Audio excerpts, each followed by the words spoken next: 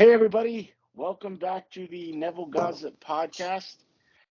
It is episode number 10, our Take 5 episode, where we take a break from our topics to answer your questions sent in by you guys. With me, as always, is my good buddy and co-host, Anders. Anders, how are you tonight? I'm great. It's great to be talking to you and excited to be talking to everybody else as well. Yeah, glad to have you with us as always. And we're going to get right into it. It's not going to be a super long episode. So we got a lot of questions, but a lot of them were the same question asked over and over again. And a lot of them were kind of more like, therapy stuff and all that. So we're going to address like one or two of them and show you guys how you guys are kind of asking things instead of just going and doing it. So one of the big things that happened this past week is I had a client have a breakthrough, and she started to get some results with her SP. And the way she did it was we would talk, and she would always, at the end of every session, I asked, do you have any questions? And usually the answer should be no. But a lot of times when they say yes, it is, how do I do it? How do I believe? And I have to tell them, just go do it and you'll see. Anders, we've talked about this, right? It's like on the job training. You can't do it until you go do it, right? Like think about you with the stuff you did, like with your other businesses. You did trial and error. You went and just did it. And that's how you actually learned how to do that business, right?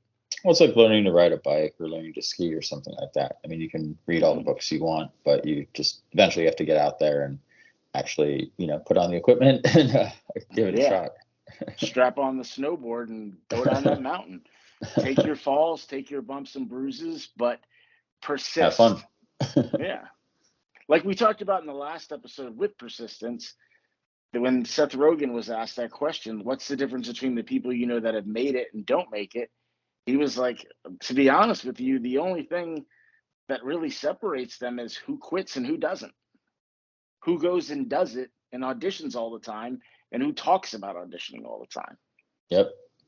Who writes the script, and it might not even be a great script. He talked about that in other interviews. He just writes stuff sometimes, gives it to somebody who's smarter than him, and they help him fix it. But then he's got a movie. But he started off by just going and doing it, right? I have a friend who's an author, and he says, and his advice for people who want to write stuff says just start writing it. The first draft will be terrible, but don't think about it. Just go do it. Just write it out, and then go back and revise it. But just go do it. Tarantino too. Tarantino would talk about sometimes he just got a scene in his head and he couldn't get it out of his head, so he'd write the scene.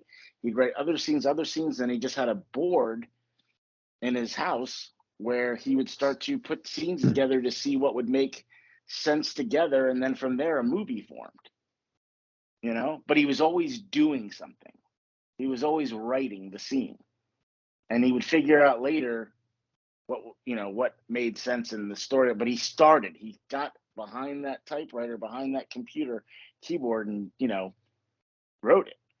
He stopped talking about making movies like when he worked in a video store, and he just went and made something. Mark Duplass, another hero of mine, says, even if you don't have money, just go shoot stuff. Grab your iPhone. You can do it now. Yeah.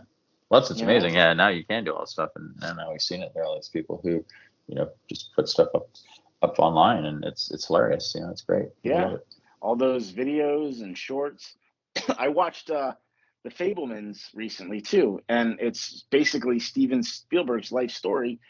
And he saved up some money or whatever, or talked his parents into buying him a cheap, 8mm camera, and he would just get everybody in the neighborhood to help him, and they would make their own special effects and fireworks. But he learned how to be a director from doing that. If you watch that movie, there's scenes where the kids are really enthusiastic too and want to be in the movies, and he's like, look, it looks bad. I need you to really, and he would sit there and tell them what was in his head and what the character was feeling, and then the kid would be like, all right. And kids have great imaginations anyway.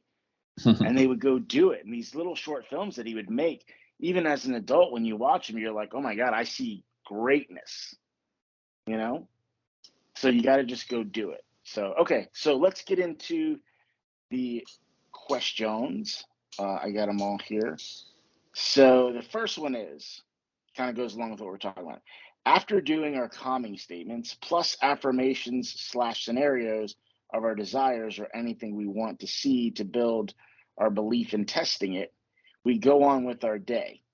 Throughout the day, negative thoughts pop in and we realize we carried on, sorry guys, negative inner conversations. We immediately stop and calm.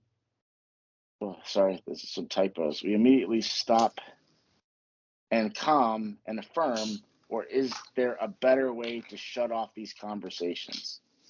So again, like we talked about just doing it, there is no shortcut to calming your brain down, right? The calming statements are going to help, but if you don't do them, they don't help. If you keep breaking your mental diet throughout the day, you're going to have to keep battling to get back into the state over and over again. So don't break it. You want to get something in 3 days, don't break your mental diet once. Just had a client, husband was like, we're signing divorce papers, didn't break the mental diet, just did it, stopped making excuses, stopped saying it was hard. 3 days later, boom, let's go away. Let's go look at houses. Let's have a family. But then gets back in her head, and a couple days later, like, well, I'm not ready to live together. Again, simple fix, but you guys have to remember you get what you believe. Right? Anders, again, we had a conversation recently about mirrors, right? Mm-hmm. You remember that? Absolutely. And yeah, and well, you can go ahead and so what we basically said was if you look in the mirror and you don't like what you see, you don't change the mirror. You can't move the glass around to give yourself a better haircut, a better nose, a nicer outfit. All the mirror can show you is what you reflect, what you give to it. It's just going to reflect back what you have, what's inside of you, what face you're making. It can't do anything but that. And that's what reality is. It is a mirror of what's going on inside. So you wouldn't change the mirror, you would go change yourself. Just like if somebody is reflecting hate towards you, it's because you are sitting there on the inside thinking this person hates me, this person doesn't love me, right? You don't change them, you change you. So many of you guys are trying to change the mirror. You can't. It can only reflect back to you what's there. Try to grab a mirror and all you do is touch your fingertips. It doesn't change anything. You have to go take off that outfit, put on a better fitting outfit. If you're, on the heavier side and you're like, I look fat in this outfit, then wear something slimming, right? But to keep wearing the striped shirt that makes you look fat and then going, why won't I look skinny, makes no sense. Why can't I change the mirror? No matter what I do, it's not making me look thinner. Right? Absolutely. So go ahead.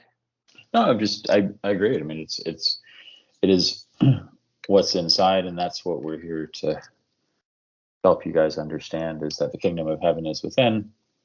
And so it's not about the external circumstances. It's about you and your relationship with God, which is an inner relationship, and that will express itself outwardly, for sure. But that's where it starts. That's the railhead. That's the wellspring. Which everything flows. If you're walking through hell in your mind, then don't be surprised when you start to see hell on earth.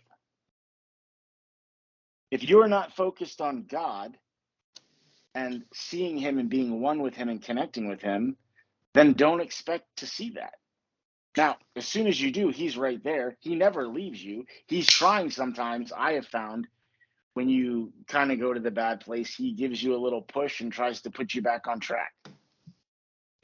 But a lot of you guys love the bad place. So many of the questions we got were like, how do I overcome when I feel sad? How do I get over this thing? How do I fix past tragedies? Listen, guys, they didn't do it. You did. It is either all your fault or it's all their fault and you can't change anything and you're at the mercy of it. Either it's all your creation and you can fix it, or it's completely out of your hands and you can't do shit. And I proved to myself that it's all my fault, all my creation. So anything I screw up, I can fix. But I just went and did it over and over and over and over again. I stopped blaming the person, right? Yes, she hurt me. She said this, she said that. This person did this to me. This person did that to me. But if you go back and look at what you were thinking before they did it to him, you were saying stuff like, I know that son of a bitch is going to do that to me. I know he's going to lie about this when I ask him and confront him. I know she cheated on me. I know he cheated on me. I know he's lying. Before you talk to him about it, you were already pushing that out. I have said, you know, I know in the past I have been unfaithful, not to my wife, but to other girlfriends. But a lot of times it was the girlfriend who was constantly accusing me of cheating on her when I wasn't. And I got to the point where I was going to break up with her. And I was like, well, shit, if I'm going to get yelled at, I might as well do it. I'm not going to miss up this opportunity to hook up here when I'm going to break up with her tomorrow anyway. You know, you guys have to be real with yourself and realize they did the bad thing to you because you told them to. And again, Anders, you and I have talked about this in relation to, you know, in regards to marriage a lot, right? Like talking about wives and marriage and how difficult it is. And then we realize, oh, we got to stop telling that story. Absolutely. You know, you know, there are certain conversations that we bring up anything about lawyers or judges. I'm just like, oh, like, fuck, I'm a nut. You know, I get like right away, I just get right into that feeling place and I'm angry. And it's like, whoa, why are we talking about this? Yeah. It doesn't matter anymore. Just stop, leave it alone, you know? So, Yeah, we got to allow God to get us through the circumstances, right? yeah. And that's when it's already fixed. So I know when you're going through it, it's tough. It's tough, but like, go ahead, Anders. Sorry. Well, I mean, you can think about different Neville stories. And it's good to read the stories. They're encouraging, I think. And you can see how he didn't spend his time complaining. There were real circumstances, though. And, you know, you may not necessarily feel that he necessarily brought all the circumstances on himself, but he didn't. But he also realized, like, well, it doesn't help to complain about the circumstances or moan and whinge about it. Instead, he, you know, used his imagination to get through it and to imagine what he wanted, what he desired. And, you know, God came through for him. And he was able to, you know, come back from the war early and not have to go overseas and be back with his wife. You know, he wasn't that young at the time.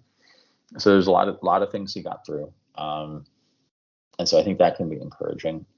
And then one of the things I also think about too is just in general, it's like maybe the question I think we've answered this on some of the other podcasts, but maybe one of the answers this person is looking for is a lot of times you have to just shift focus, you know. So with the guy, you see, yes, like, instead of focusing on like, oh, I have these negative thoughts, why don't they go away? Oh, I have these negative thoughts, why don't they go away? Like, just go focus on something else. Go focus on something good. Or, but see, the problem is then they go, how? Just do it. So the thing is, and I've noticed this as a coach. So looking at Neville and looking at the time he was teaching and coaching, there were a lot of differences. Okay. So the reason why Neville really only talks about his SP, and it's just briefly, and it was so easy for him, was because Neville was in a place where he had practiced it so much, he had no doubt it worked on everything. He even says early on, he kind of agreed with Abdullah and Joseph Murphy that you can't make people do things. And then once he did the army thing and some other things, he was like, oh, yes, you can. There's the promise. And he said that, like, Murphy didn't understand the promise. Abdullah didn't understand the promise, that it is anything if you believe. And the other thing is, a lot of you guys are not in a healthy place. The more I study this, the more I look at addict behavior too. And a lot of us who went through this, especially with the SP or the money thing, we are addicts. And our drug of choice is the pain, the suffering. And you guys are out there giving yourself your drug over and over again. and it's not allowing you to get healthy. And your drug is social media, right? First thing a lot of you guys do when you wake up is look at your phone and see how happy everybody else is. And you go, why not me? Look at them in love. Look at this person has this. There are people that literally get on the sub and talk about how everybody else has everything but them. Mm-hmm. How would they know unless they're looking for that? Neville didn't have that stuff. You know, Neville couldn't, he just wouldn't. He was like, I know I'm in control of all this. He got a hold of himself. And so many of you guys, and this is why I don't want super young people on the sub. One, I don't want to tell a kid what to do. I'm not their mom and dad, and they don't listen anyway, just like I didn't. But two, you guys, there is no trick to getting a hold of yourself. You have to slap yourself in the face and say, knock it the fuck off. It's like that meme, right? Where it's like Debo from Friday. And it's like, when I don't want to go to the gym, and I remember that saying, and he goes, get your punk ass up and let's go to the gym. You know, stop being a bitch. He's like, stop being a bitch, get your ass to the gym. You know? And it's like, that's what you have to do. Right? And help yourself. You want to lose weight and you want to use Neville, then you're going to have to stop saying you're fat. You're going to have to stop looking in the mirror. You're going to have to stop stepping on that scale. And you're going to have to live in La La Land and just be like, I'm a skinny person. I weigh 170, whatever, 120, whatever the hell your goal weight is. And only say that and don't step on that scale till you're pretty damn sure you're there. And you can do it, but you can't eat bad food and then say, oh, I'm eating bad, so I'm going to put on weight, not lose weight. I literally lost weight not caring what I ate. And I kind of convinced myself I could eat Taco Bell, I could drink soda and actually get healthy. And I did. Because I just told myself, well, when I eat this stuff, I just crap my brains out later anyway. And then it's like, you know, I end up, it just goes right through me. So it's not going to put any weight on me. You know? But I also would worry about the sugar, and then my blood sugar would go through the roof. I'd be like, good Lord, I'm going to kill myself here. So whatever I believed is what I got.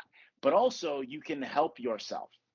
If you're going to the gym, if you're eating healthy and doing healthy things, you're going to be like, well, I'm on a calorie deficit. I have to lose weight. It's just science. It's just science. But if you're like, I don't want to be fat anymore, but I'm going to go eat a cake because I'm depressed, then don't expect to lose weight, because you know damn well you're not going to believe you lost 5 pounds yesterday when you ate a whole fucking cheesecake. So either just believe and jump. Yeah, Neville tells you either just believe and jump and you'll get it, or do things to help you believe and persist, be disciplined, you know, and that's the key to it. Okay, so let's get to some of these. So I wanted to just throw in another thought there too, in terms of how you just do it. So one thing which you guys can keep in mind too is you can't think 2 thoughts at once, right? Mm-hmm. So that's why we talk about focusing on other things. You know, focus on Jesus. Maybe you're feeling sad, but why don't you go watch something funny at least? You know what I mean? Like instead of like, you know, doom scrolling and looking at stuff which is making you feel bad and keep coming at that, or thinking or feeling bad because you feel bad, and try to go find something to distract you, to think about.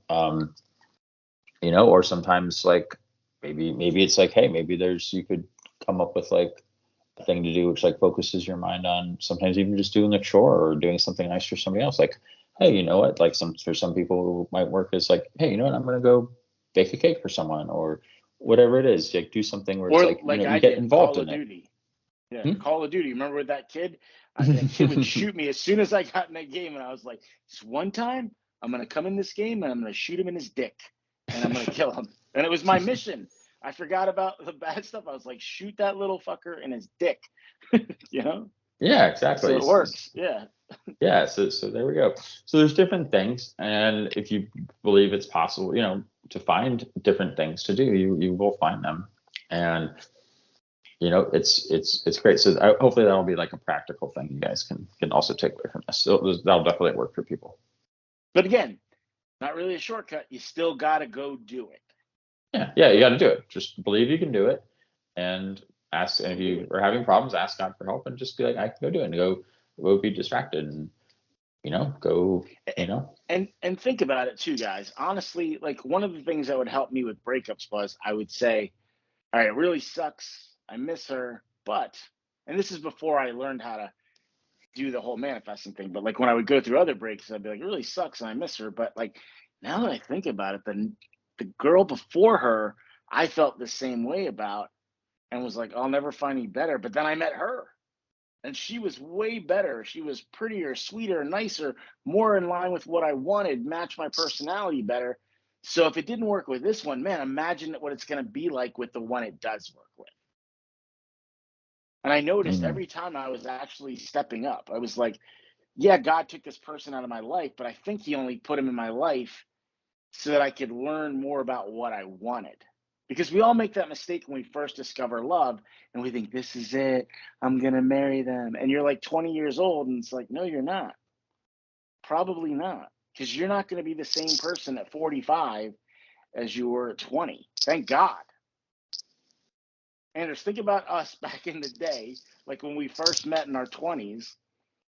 Yeah, and I mean, I don't want to us make a now. blanket statement about that because, Yeah.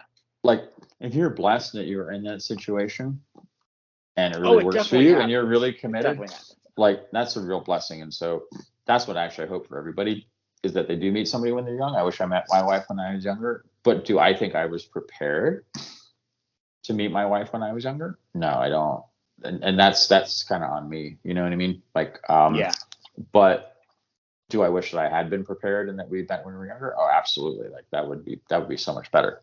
So See, I don't think about that stuff anymore because I could drive myself I don't crazy. even Like, think about it, but I just I mean could like I have don't had want to kids discourage. earlier. Yeah, I don't Yeah. want to Yeah, discourage no, I anyone definitely don't though want to from discourage you because thinking like I do know several people who are high school sweethearts and going strong. I mean, they have some of the best relationships I've ever seen, but they also went through some shit too because you do change absolutely too. you will go But through some stuff. Yeah, yeah, no and matter this is what. the other big thing we wanted to talk to you guys about. This whole love is a feeling thing is bullshit. I remember I laughed when somebody told me this, but I'm telling you, this is the truest fucking statement when it comes to commitment. Love is not a feeling, it is a choice. You have to choose to love that person every day, regardless of what they do, especially now that you know you're the one making them do it anyway. That to me made it so much easier. Oh, she's being credit. It's my fault because I was like, watch her be nasty today. Okay, don't think that about that person anymore. You know, now that you know you created it, just give them full grace and be like, if I gotta forgive anybody, it's myself for making her show up this way, or make him show up this way. But it is a choice. It is not a feeling. I heard a comedian say once, you don't really love somebody until you get to the point where you also sometimes wish they were dead. Or that you could kill them. Like, and I'm not saying it like to be mean. I'm saying like there are times because you love them so much and they can hurt you more than anybody else. You just like, sometimes I just wish you were gone. What would it be like if I lived here by myself? Look at all the closet space I would have. I could buy more sneakers. I remember thinking that before my wife and I started getting into it and it led to what happened. I would like be like, if I was mad at her, I'd be like, man, if I had breaks from like the kids some days, that would be cool. Like if I had the whole, I could bring my friends over whenever I want now. I don't have to ask and then hear, but like, oh, why does everybody have to come over to our house? Like when I was single, my friends would just come over. We play video games. We got pizza, beer, watch football, whatever. Now I gotta ask, is it okay? And usually it's not. Like, and again, all just in my head. You know, the grass isn't greener, and love is a choice. It's not a feeling. Like Chris Rock said, it's also not perfect. You're never going to find somebody who likes Wu-Tang Clan and Seinfeld. If you do, like I did, then hold You're on to probably a that. guy. Yeah, you're a lucky guy. But if you believe you're going to find somebody who likes Wu-Tang Clan and Seinfeld, you will too. Again, now that you know this stuff, you have got to throw everything out the window. Logical thought doesn't work with Neville because you realize that everything you thought that was logical is really just stories everybody put on you because somebody else put it on them. Or as a society, they're like, well, money doesn't grow on trees. Everybody's rich but us, whatever it is, whatever your parents taught you. But you got to remember, you have another parent, God, And God's like, oh man, come here for a second. Sorry they told you that, but that is absolute horseshit. Watch, you can pull money out of your ass right now. Ask me to do it for you and watch. You'll just reach back there and money will be there. If you believe. Watch how I can throw thousands of dollars at you today. If you believe. But a lot of you guys don't want to believe. And the other big thing is a lot of you guys don't want to do the work on you. Right, Anders? Well, I think one of the things you were get talking about earlier, is you kind of sit there and you kind of, rather than trying it or doing it yourself, you're kind of like, as you were saying, it's like, well, instead of trying to ride a bike or ski or whatever it is, I'm gonna, kind of read a book or be like, oh, hey guys, is it really possible to ski? Does anyone have any stories about someone who actually skied, who actually did it, and that's not really helpful. Now, I do think it's definitely helpful I do love reading like this stories of Neville Goddard and stuff like that. I think those are encouraging and all that, but they should be encouraging you instead of kind of keeping you from taking action and just kind of keep reading stuff and be like, oh, is it really true? Is it really true? You got to be like, oh, wow, okay, it is true. And so I'm going to, give it a shot, and see what happens, see how it manifests for me. Yeah, because when you guys keep reading these damn stories, they're great at first, but then what happens is you're like, another person did it and I didn't, another person did it and I didn't. When, Lord, when is it going to be my time? And why isn't it working for me? Yeah, why isn't it working for me? Because you know what they did that you didn't do? They went and just got on the bike and started pedaling. Did they fall? Yeah. Did it hurt? A little bit, but you get back up, right? It's like anything. Until you go do it, you don't really know how to do it. And then when you do it, you just keep doing it. And the more you keep doing it, you get better at it. And you guys all have something you're probably really good at, even if it's something stupid like, yo-yoing or whatever. But I bet you love doing it and you do it constantly, which is how you got to be good at it. That's true. And if you look back on it, you're going to be like, man, I really sucked when I started doing that. That's why they call people who can just pick things up instantly prodigies. There's a name for it because not everybody can just sit down at a piano, listen to a piece of music and be like, oh, let me just play that. That's true. You could if you believed you could. I have friends that I know played, remember our other buddy's band, the drummer. He played like 3 instruments and he never took a single damn lesson. You play a drum beat for him and he'll be like, da, da, da, da, da, da, boom, and he starts playing it. You give him a guitar riff, he's like, boom. And he's like, oh yeah, I just figured, I heard people learn by ear, so I just was like, yeah, if I listen to it, it'll just make sense. I don't know, I can't explain it, I just do it. Yep. Literally what he says if you ask me. He's like, I don't know, man, I can't explain it. I hear it, it's like it works in my head, it lights up, and I just know C, D, G, whatever. And then he's like, starts talking more. He's like, and I realize most songs only have these 4 chords, and you can. Ed Sheeran talks about that all the time. Most popular songs are very simple chords. Yeah. And he played these same 4 chords and sang 5 of the biggest pop songs, and they all had those chords in them. He's like, writing a song is easy. Sia talks about that too. She's like, I get an idea, I just start singing something. Then when it comes to the music, I know, keep it simple, make it melodic, use these chords that are really pleasing to the ear, and you got a song, and it's a hit. So to us, we think, oh, to get a song where millions of people would listen to it, that's impossible. No, it's not. People do it every fucking day. It's just you put them on a pedestal. You think they did the impossible. The difference is they said it's not impossible at all. It's actually pretty easy. That was their story. It's easy to write a hit song. Yeah, I bet you money. Yeah, go ahead. Sorry. I think that is a big thing. Like, if you believe it's possible to learn the skill, you can learn the skill. But if you believe it's impossible to learn the skill, then you definitely won't. Yeah, you won't. You won't stick with it either. That's true too. Yeah.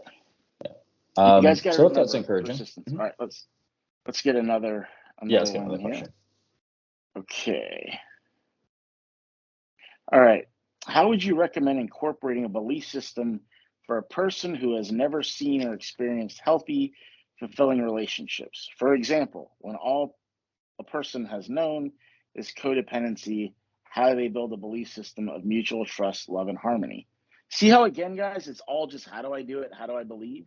And the answer is the same. You just go do it. You are the creator. What you're trying to do is like, oh, how can I create that? Well, how do you know you don't have it if you're not thinking about how you're missing out on these things? You already know what you need, right? You're going, I don't have the love, I don't have the support, I don't have this. Then on top of it, I'm needy. They take love away from me instead of giving it to me. You've answered your own question. You say, I want a relationship where I get the love I give. I want a relationship where I'm not codependent, I'm very independent, but I also find balance with me being in my relationship. Well, I think there's two sides to that. So you picture it first. One side, yeah, exactly. It does come from imagination. So one side of that is, well, are you the one with the problem, or are you saying that the other person is the one with the problem? Well, if you're saying that the other person is the one with the problem, well, yeah. And so what can you do? What you have to do is you have to model the healthy relationship. You have to be the healthy relationship, and you have to believe that the healthy relationship is possible, and all those things. So you have to start. But in his case, you. he doesn't have one to look at. But he feels like he doesn't have one to look at. Right. Yeah, so now you have to do then, and that's where I think you can ask God to teach you, and that's where Neville and the Bible and things can come in, because what we see so in the God of the Bible is a Trinitarian God, and if you read the Old Testament closely, you'll see that there are signs that there are things where it's like God's kind of like in two places at the same time in a story. And so but it's very clear in the New Testament that God's in relationship with himself from the beginning. So God himself is modeling. God is a relational God. God is a person. Jesus is a person.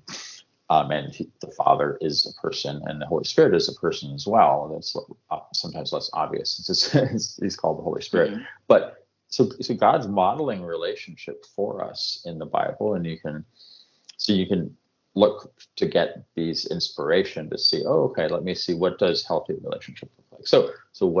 And then we are the bride of Jesus, so that's modeling healthy relationships. So what did Jesus do to model it? Well, he said things like, he's laid down his life.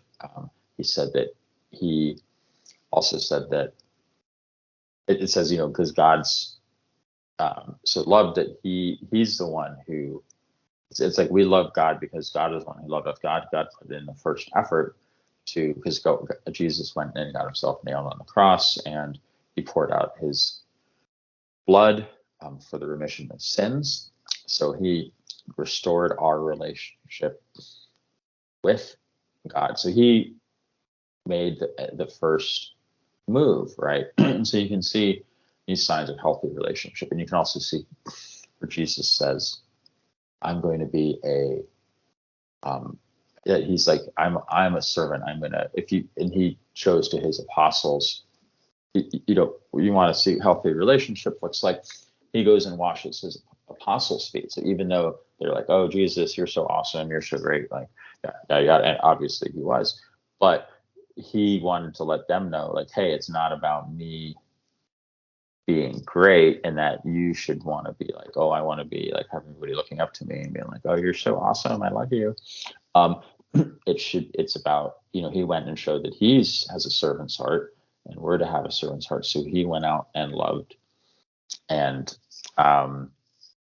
that's where kind of the first step. So there are things you can do to see like these relationships modeled and healthy relationships modeled, and ask yourself to learn more about, well, what does love look like? Where can I see love? And I think if you ask, if you believe that you can see it, you will. And I think you'll start to see it too, though. It's like, sure, like lots of people come from broken families or so on, but maybe you don't have any friends or relatives who have good relationships, but I bet you do, and I bet you also have some who have good sides and bad sides. So you can, if you want to see it, you just have to ask to see it. Just 1 second.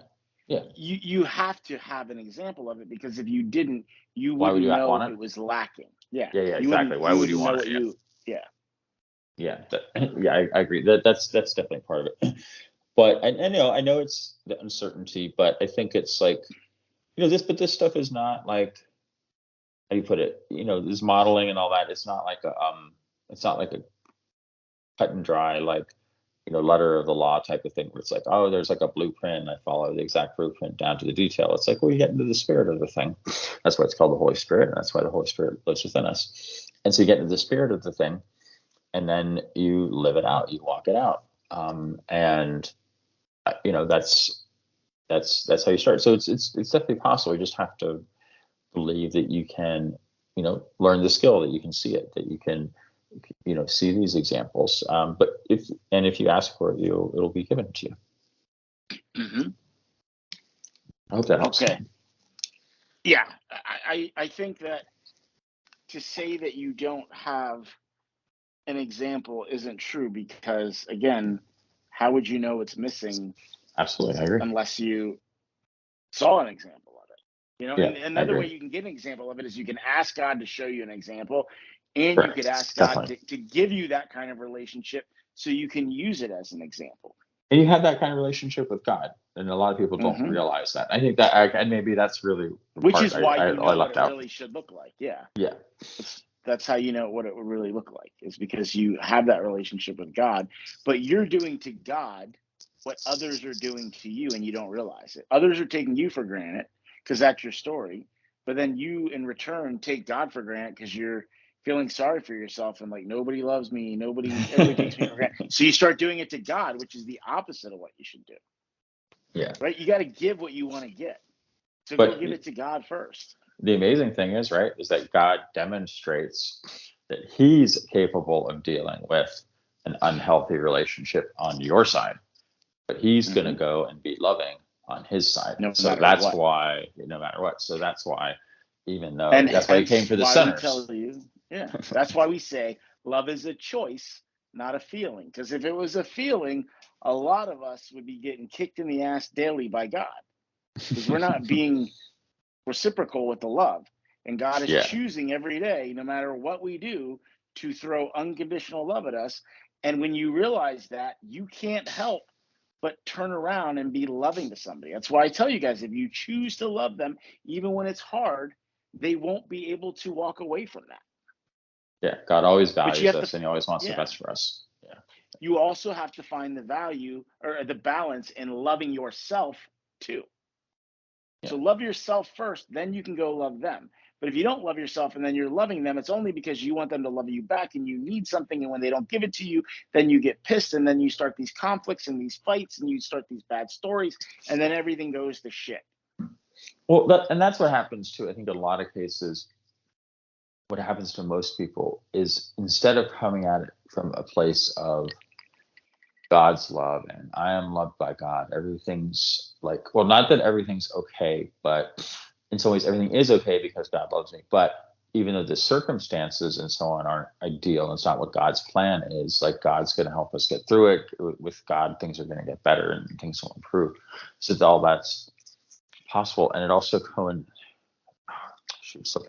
it coincided with what we were talking about earlier too, which is, if you're responding to people from a place of God's love, you're not going to be like, or if you're responding, okay, this is what I'm saying. Yeah, if you're responding to like your kid or your spouse or some other relationship from a place of like, okay, I am a good father or a good husband, or maybe I screwed up in that moment. So, but I can be a good husband or a good father. So maybe I need to, make amends for that particular thing. But it's like, if you come at it from that place of being helpful, rather than being like, well, I am, I'm like, my situation is crumbling because I'm not a good father, or I have a bad relationship, or everything's gonna like fall apart, yada yada yada. If you come from, and things are, and you feel hopeless, and and demoralized, and then you start to lash out and you're upset because it's really deeply unfair, which of course it is deeply unfair, but that's not necessarily really the reality. But if you come at it from a place of love and God's love, well, then you don't have to be angry or whatever about it. And you're definitely not coming at it from a place of being the aggrieved party. You're more going to be coming at it from a place of like, oh, this other person is suffering, or this other person needs help. How can I be there for them to help them? How can I have that servant's heart? How can I be there like Jesus? And we're Christians. We have a little Christ inside us, so we can. God wants us to go out and model that and be God in the world. And the other thing too, guys, is you got to get over this "woe is me" bullshit. You get to a point when you start to heal yourself where you can't take it anymore. Jesus tells you in the Bible, stuff is going to happen to you. Bad things are going to come your way, but not to hurt you, to remind you over and over again, because we're human and we forget this shit all the time, that if you go to God, it gets fixed. So the only reason that bad stuff is happening to you is to show you, one, it's just a season, two, it'll be over soon, and three, go to God and watch how it gets solved. And then you stop worrying about shit always happening to you, and then shit happens to you less and less. But guys, how are you supposed to grow if you don't fuck up? With my think daughter, about this, I say all the time. But hold on, wait, let me just with my daughter, I say all the time, it's not a mistake if you learn a lesson from it. It's only a mistake if you keep doing it over and over again. If I run in the hallway with Kool-Aid in my hand, I'm going to spill it on the rug, and you keep doing it, it's a mistake. You chose to do it over and over again. Don't be upset if you get in trouble for spilling it. But if you did it the first time or the second time when they're little, because they don't remember all the time, and you say, remember last time? They go, oh, yeah. Sometimes they need reminding, but it's a lesson, and that's not a bad thing. You learned, you grew. You had an experience that's going to change you for the better. So stop fighting a lot of this shit too. It's God's way of enlightening you, bringing you closer to him, giving you a chance to have a moment with him. And a lot of you guys just want to bitch and moan instead of being like, all right, God, great, this happened. Let's fix it together. You're inside of me. I'm not, praying to some guy up in the sky and hoping my prayer gets through like a sperm to an egg. It's done. I got him right inside. I can literally go right inside my heart and talk to you. I got your full undivided attention. So let's fix it. Show me how. Show me the lesson I'm supposed to learn out of this instead of me just complaining right now. And watch how he does. You guys get so caught up in this bullshit. And like, again, I go back to this social media shit, this instant gratification shit.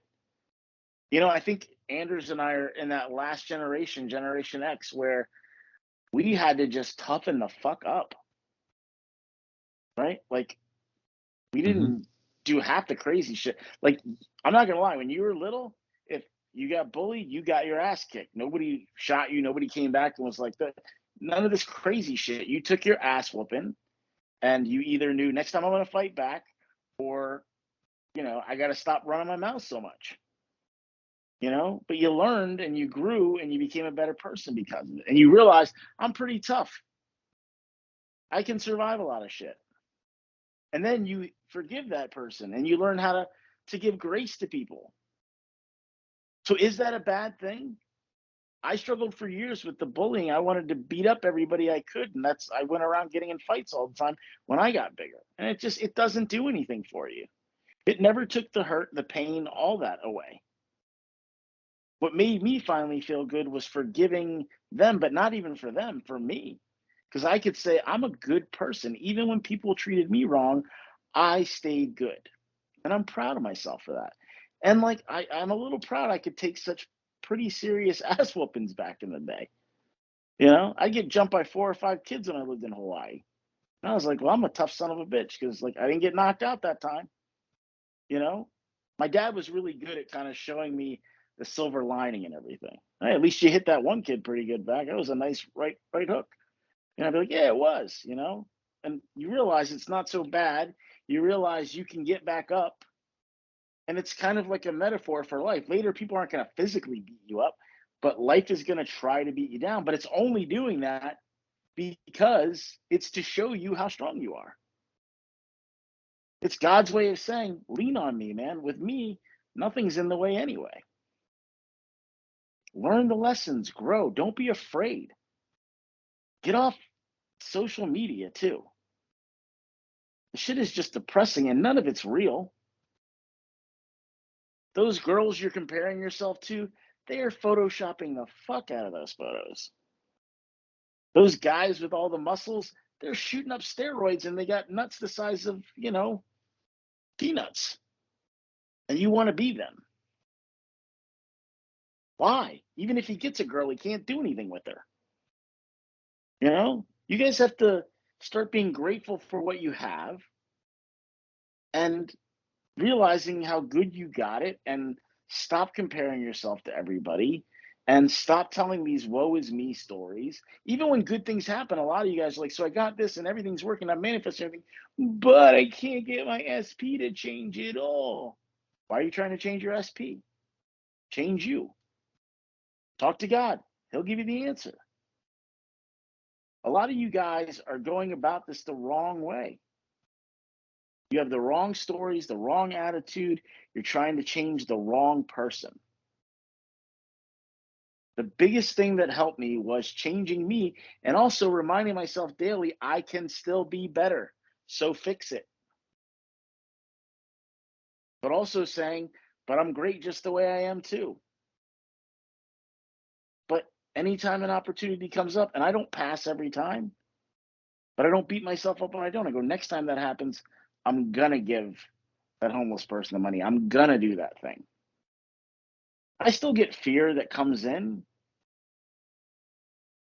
Then I go talk to God. Andrews reminds me all the time, go talk to God about it. Same thing with him. I tell him all the time, he's telling me, you should go talk to God about it. You will get an answer. This whole experience is not about how much money you can make, how many followers you can get, how famous you could be. None of that shit is going to matter when you're 80. Right? There's very few famous people that when they're 80 are actually famous and still working rather than just being infamous for once being famous for something. And we don't really give a shit about them when they're 80. You hear them die and you go, oh, I remember watching his show when I was a kid. Oh, that's sad. Okay. All right. What are we doing now? Where are we going for lunch?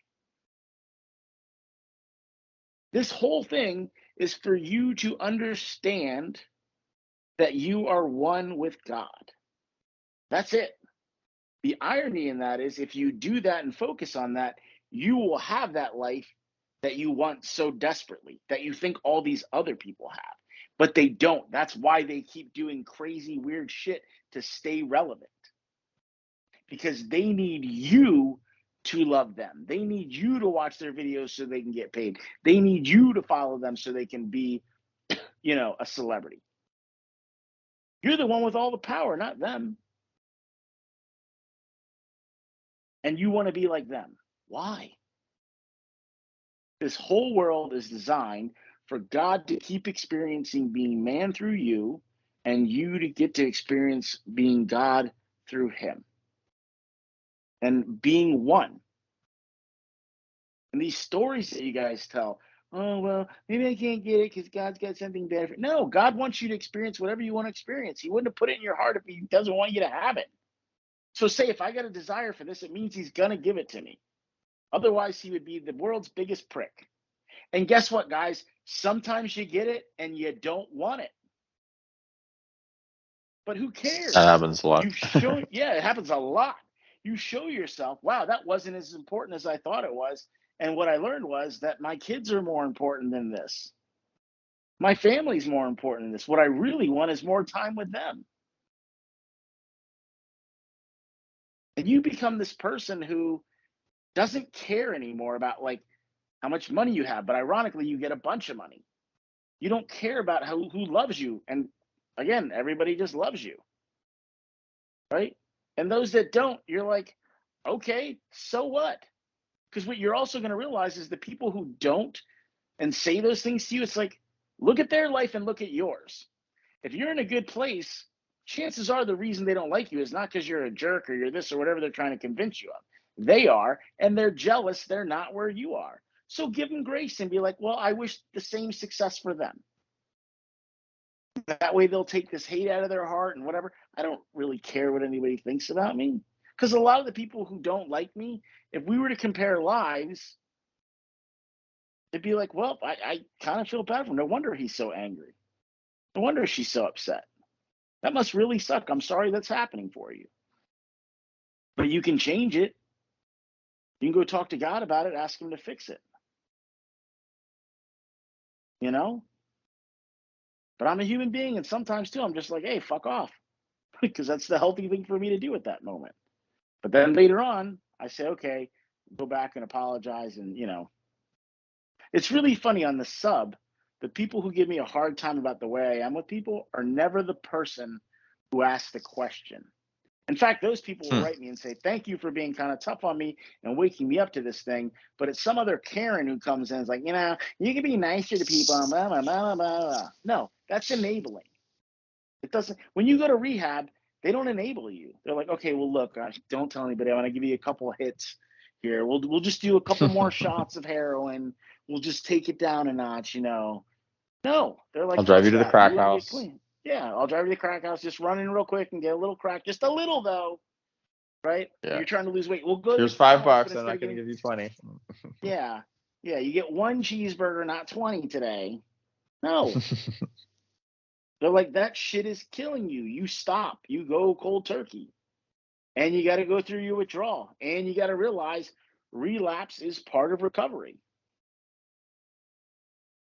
But eventually you get to this point where you're like, okay, I've had times where I've done really good and then I fuck up. I don't want to be a fuck up anymore because I really feel good during the times that I work hard. I don't know. I can't explain it. I just feel better about myself. I feel like there's hope. I don't want to do drugs as much. I don't want to feel pain as much. I kind of like who I am when I'm not sitting here thinking about how we used to be in love and now we're not and I can't figure it out. But when I love myself and I'm just out there living my life and feeling good about myself and letting God love me, that just kind of feels good. And the smart people go, you know what? Maybe I don't ever get him back. Who cares? I'm just going to go with God and see what happens. But ironically, you become even better than that person that attracted him to begin with. You get really healthy. Right? It's like when somebody loses a bunch of weight, they're like, wow, I always knew she was pretty or he was handsome. I just would say if they lost a little bit of weight, and then they do, and then everybody wants to date them. Right? Somebody who goes from like, there's all these pictures on Reddit. You can see 6 months ago, I was whacked out of my mind on drugs or alcohol. Here's me 6 months later. No drugs, no alcohol, 6 months clean. And you're like, wow, look at the difference. And they chose happiness over sadness. That's how you just do it. You choose happiness over sadness. You choose life over depression. You choose heaven over hell. You say enough. And speaking as someone who had to do it too, some of you motherfuckers just gotta learn the hard way. I did, and it was dumb. I do not recommend it.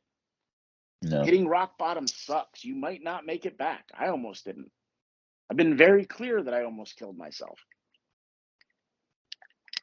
Don't go to that place. But look, even when I was going to do that, I even said to God, fuck you, God. If you won't help me, my mom will. Because I really believed my mom was in heaven right then going, you better get your ass up and do something before he does that thing. And he's up here with us. I could just see her like, I'll leave right now if you don't do this. Right. And I knew she was going to find a way to get it to me. And then what happened, that crazy incident where my TV somehow turns on, it switches from the television cable to the Fire Stick, it opens YouTube, and there's that video about loving yourself, like your life depends on it. And I listened to that book, and I'm like, well, it can't hurt to try this. And then Anders, I told you about the book. I think you'd either already read it or you read it like right away. I think I And read it told you right about away. it too. Yeah, and you were like, this book's really good, man. It makes a lot of sense. And I just tried that. And I'm not going to lie, guys. I was sitting there saying I love myself for 7 or 8 hours nonstop, really fast in my head, fighting that other voice before I felt any kind of relief. But I decided I just wasn't going to stop saying it until the pain went away. I was not going to stop asking God to love me until he loved the hell literally out of me. Yeah, you can't think And two thoughts at once. Yeah, that night, God was like, oh, my boy. We're not just getting that. Now that you finally let me in and woke the fuck up, we're going to do all of this stuff. Let me show you what we can really do. Even now, I'm still like, I need to do more. I need to be pushing myself more. I need to be focusing on other projects too. You know? How can I make this bigger and get this work? I can't tell enough people about it. And I used to get embarrassed when I would talk to people and I'd like see people in elevators and be like, can I just share something with you? And now I don't give a shit. Because you know what's funny is now that I believe that they need to hear it anyway, 9 times out of 10, they're like, oh my God, I really needed to hear that today. Holy shit, where'd that come from? That's awesome. That's crazy. It's crazy that I bumped into you. Yeah. I'm like, it's not crazy. It's God. A lot of you guys don't like it when I tell you what you're doing. You're like, you're making assumptions about me. I'm not. I'm literally feeling what you're pushing out. When I have clients, I can tell who's going to fight me and who's not. And one of the ways it's a dead giveaway is they got to be fucking right about everything. As soon as I start to tell them, well, maybe you could do, no, you don't understand. I did that. No, I did that. I tried that. Okay, well then what the fuck did you hire me for? You're just fucked. So go be fucked. Well, no, I don't want to be fucked. Don't tell me that. Then start seeing that you have a solution now. You got somebody helping you. You got God helping you. You got me helping you. You're going to finally get up off your ass. But God and I can only do so much. You got to play your part too. God will make you play your part eventually anyway. But you don't want to do that because that's when it sucks and it's painful. Maybe the reason you met that SP is because you would fall way more in love with them than anybody else. And when they took it away, it got you to be so fucking sick of this happening over and over again that you finally went and fixed yourself so it never happened again. And then, surprise, surprise, you get that person back on top of it. But in the meantime, you got a better job, a better salary, a better body, better health, better everything. And then that person that dumped you looks at you and goes, fuck me, they won the breakup. Holy shit, that's what he or she looked like when I first met him and I couldn't keep my hands off him. There's that charming person that always made me laugh. Wait a minute, somebody else is going to come in now and get that person? I break up with him or her and then they fix themselves and somebody else? No fucking way. No way. I didn't have to go through all that bullshit and then somebody else gets the fixed version of them and gets to go have that life I wanted with them. Then guess what, guys? You become the SP. They're chasing you. They're like, I didn't know if I could get you back. Of course you can. I love you. I forgive you. I know you weren't a very forgiving person before. I know. That's why I changed. I was an asshole. I learned that. I figured it out. You were right about everything. I was wrong. I just wanted to be right. And now I just want to be happy. Who gives a shit if you're right, if you're miserable? Right? If you got a friend who doesn't understand something, you're like, I got to prove my point, and it's at the cost of the friendship, then you're an idiot. Because you got to look at that person and say, yeah, but they're a really good friend and they're a little confused or whatever. And it's not worth arguing over and humiliating them and making them feel bad. Just let them fucking have it. And a lot of times they'll come back to you later and be like, I looked that up and you were right about it. And you're like, no, it's cool. I get it, man. I've been there too. And they're like, thanks for just not embarrassing me. You're a good friend. And you're like, of course. I created so many unnecessary problems for myself because I let my emotions take a hold of me and cause me to do stupid shit. Sometimes I could even sense it, like, don't do this. Yeah. You know? I mean. All right, let's get to another question because we got a couple more and I want to. Okay, sounds good. Already at an hour here. This next one's actually really good. Okay. Hey, Bryguy and Anders, huge fan of the podcast. Thank you guys for what you do. My question is that in the books I've read that I am God, But when we also must call on God, when we say God always comes through for me, God never fails me, so are we God? That was worded a little weird. Listen, first of all, when I say God always comes through me, God always fails me, the reason why I was saying that was because that was my story. That's not a Neville thing. Neville tells you to get a calming statement. That was my calming statement because that was the opposite of what my story was. My story was God never comes through for me. He always, Andrew's heard it a million times. It's like he lets me get close and he kicks the chair out from underneath him. Mm-hmm. That's why I say that. That is not something Neville tells you to say. That is something I said because Neville tells you have a calming statement that's the opposite of the bad story. Okay, Yeah. so that's where this person's a little confused. So are we God? Yes, you are one with God. I know we say God is not separate from us, but when we call upon him in prayer, it seems that he is separate. Any help you can provide in interpreting this, adding perspective would be great. I'll go first and then I'll let Anders because he's going to come in with something great. But God and you are not separate. God and you are one. He is so close that it can't be described. He is literally every cell, molecule, everything in you. So anything you want, he put that in your heart anyway because he wants to give it to you. And he's showing you that if you believe, you can have it. And if you don't, here's what happens when you don't trust and believe in me. So let's go work together and build a loving, happy relationship. Again, that statement you're confusing with you have to say it, and I think it's where you're getting confused. That was my statement because that was my story, and it's what I had to do to calm myself down. Before I said I'm in a happy, healthy, loving marriage now, it would be really hard to believe that if I didn't first tell myself God always comes through for me, God never fails me. I love myself.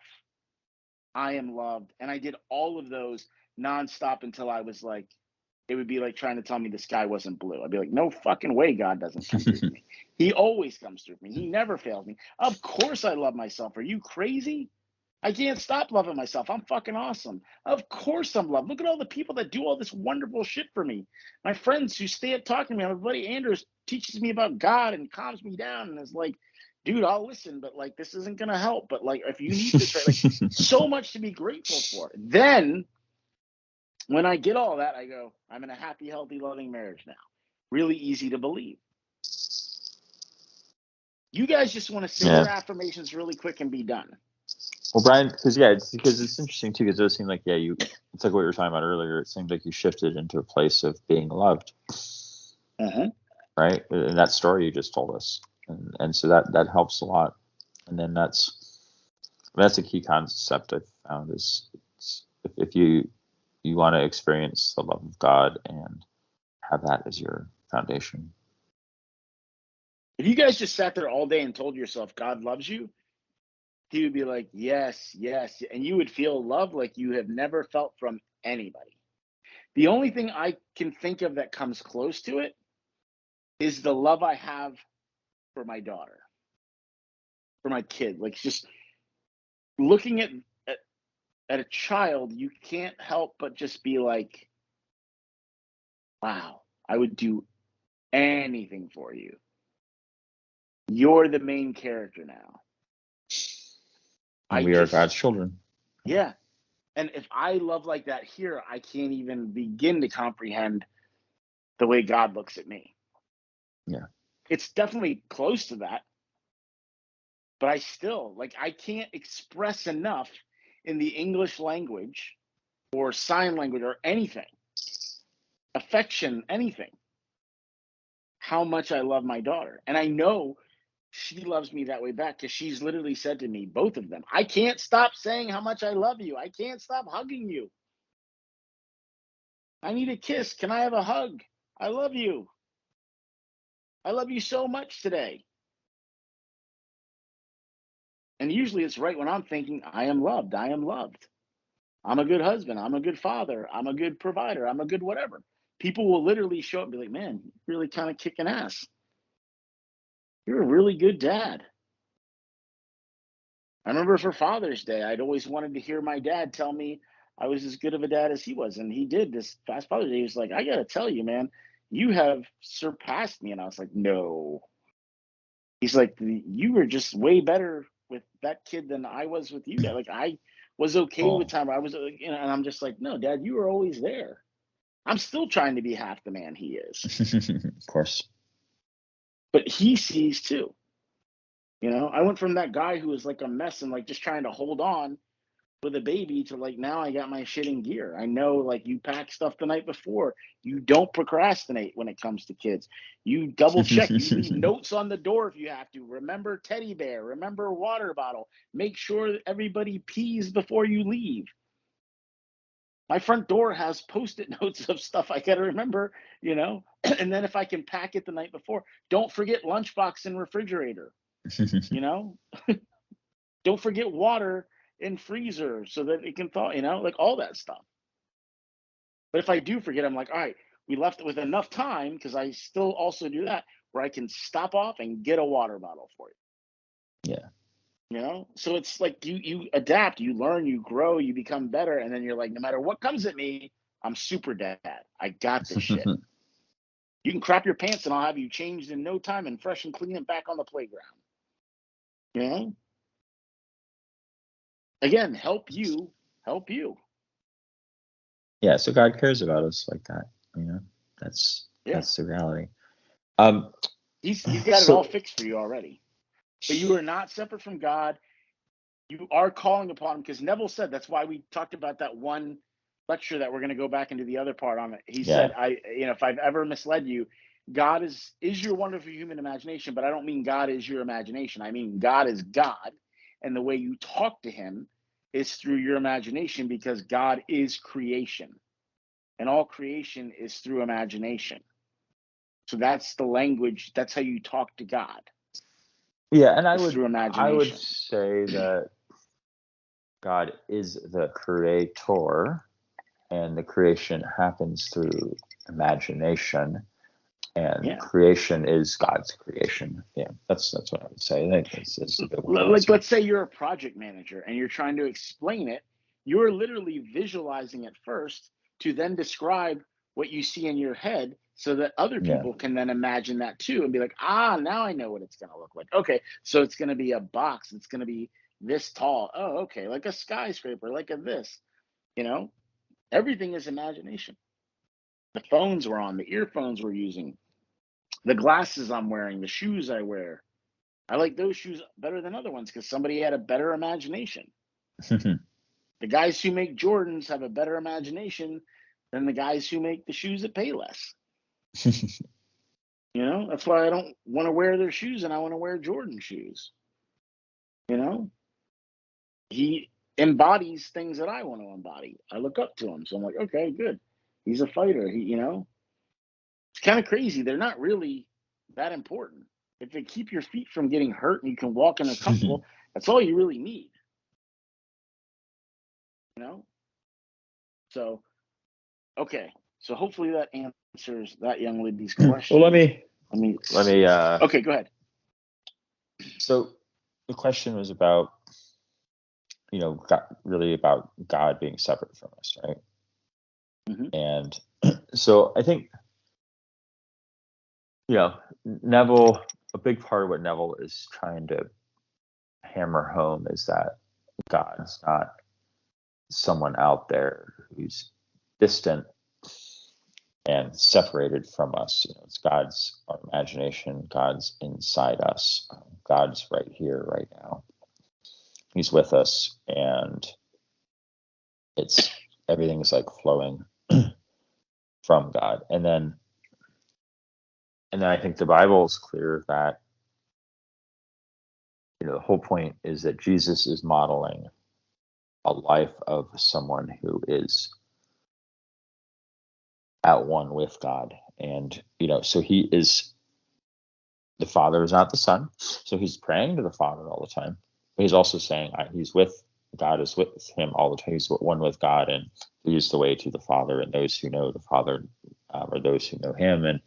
And so he's definitely saying it's two different persons, but they're always also saying that they're one. And then another thing I really like too is sometimes people don't notice this, is Jesus talks about how he sees what the Father is doing, and then he does what he sees his Father doing. So he has this really tight relationship. And so Jesus is like modeling this. And then in the Bible, it does say things like the kingdom of heaven is within, and that God is with us always. And it also says that it's also, Paul talks about Christ within, hope of glory. It's like Jesus says he's sending the Holy Spirit, so the Holy Spirit is going to counsel and comfort us, and the Holy Spirit is with us always. So God is with us all the time. So I think it's interesting, and then kind of the opposite of that is like all the idolaters who are like, oh, God or the godly power is out there, or we have to like fix the godly power in place by like making these idols or worshiping these idols, that type of thing. But that's all this stuff which is external and out there, and is a lie. And so the Bible wants us to know that we do have a very close relationship with God. It's interesting too, right? Because we're also the bride of Christ, right? The church is right, and then by the church, I just I mean those people who are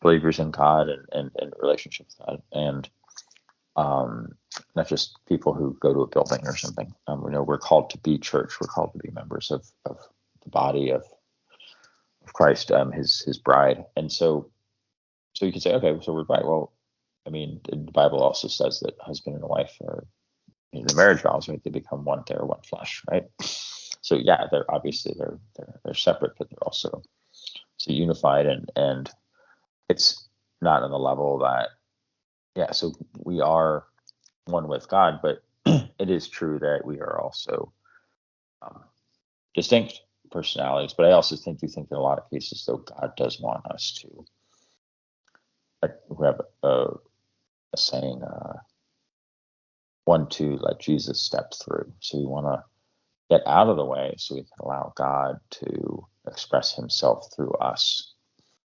And then other people can experience the love of God through us, which, ties into the things I was talking about earlier, Jesus modeling things of being a servant and stuff like that, and serving others and loving on other people and healing other people, etc. So he modeled other people getting to really experience God in like a really powerful way. It was like, it's almost like too, like Jesus read the Old Testament, and because he's very familiar with it, he would go into the synagogue and he was called to read it, as was his custom. And so out to the people, he would read it out loud to the people. And so it's like Jesus read it all, and he was like, this book's about me. Which sounds completely insane, but he was like, he realized this is about me. Like, it's like I and the Father are one. This book's all about me.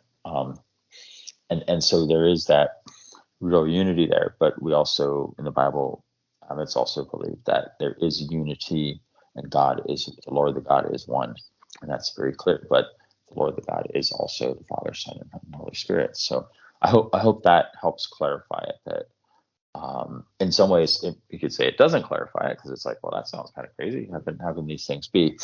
But I think it's also encouraging to know that it's like God is not something out there.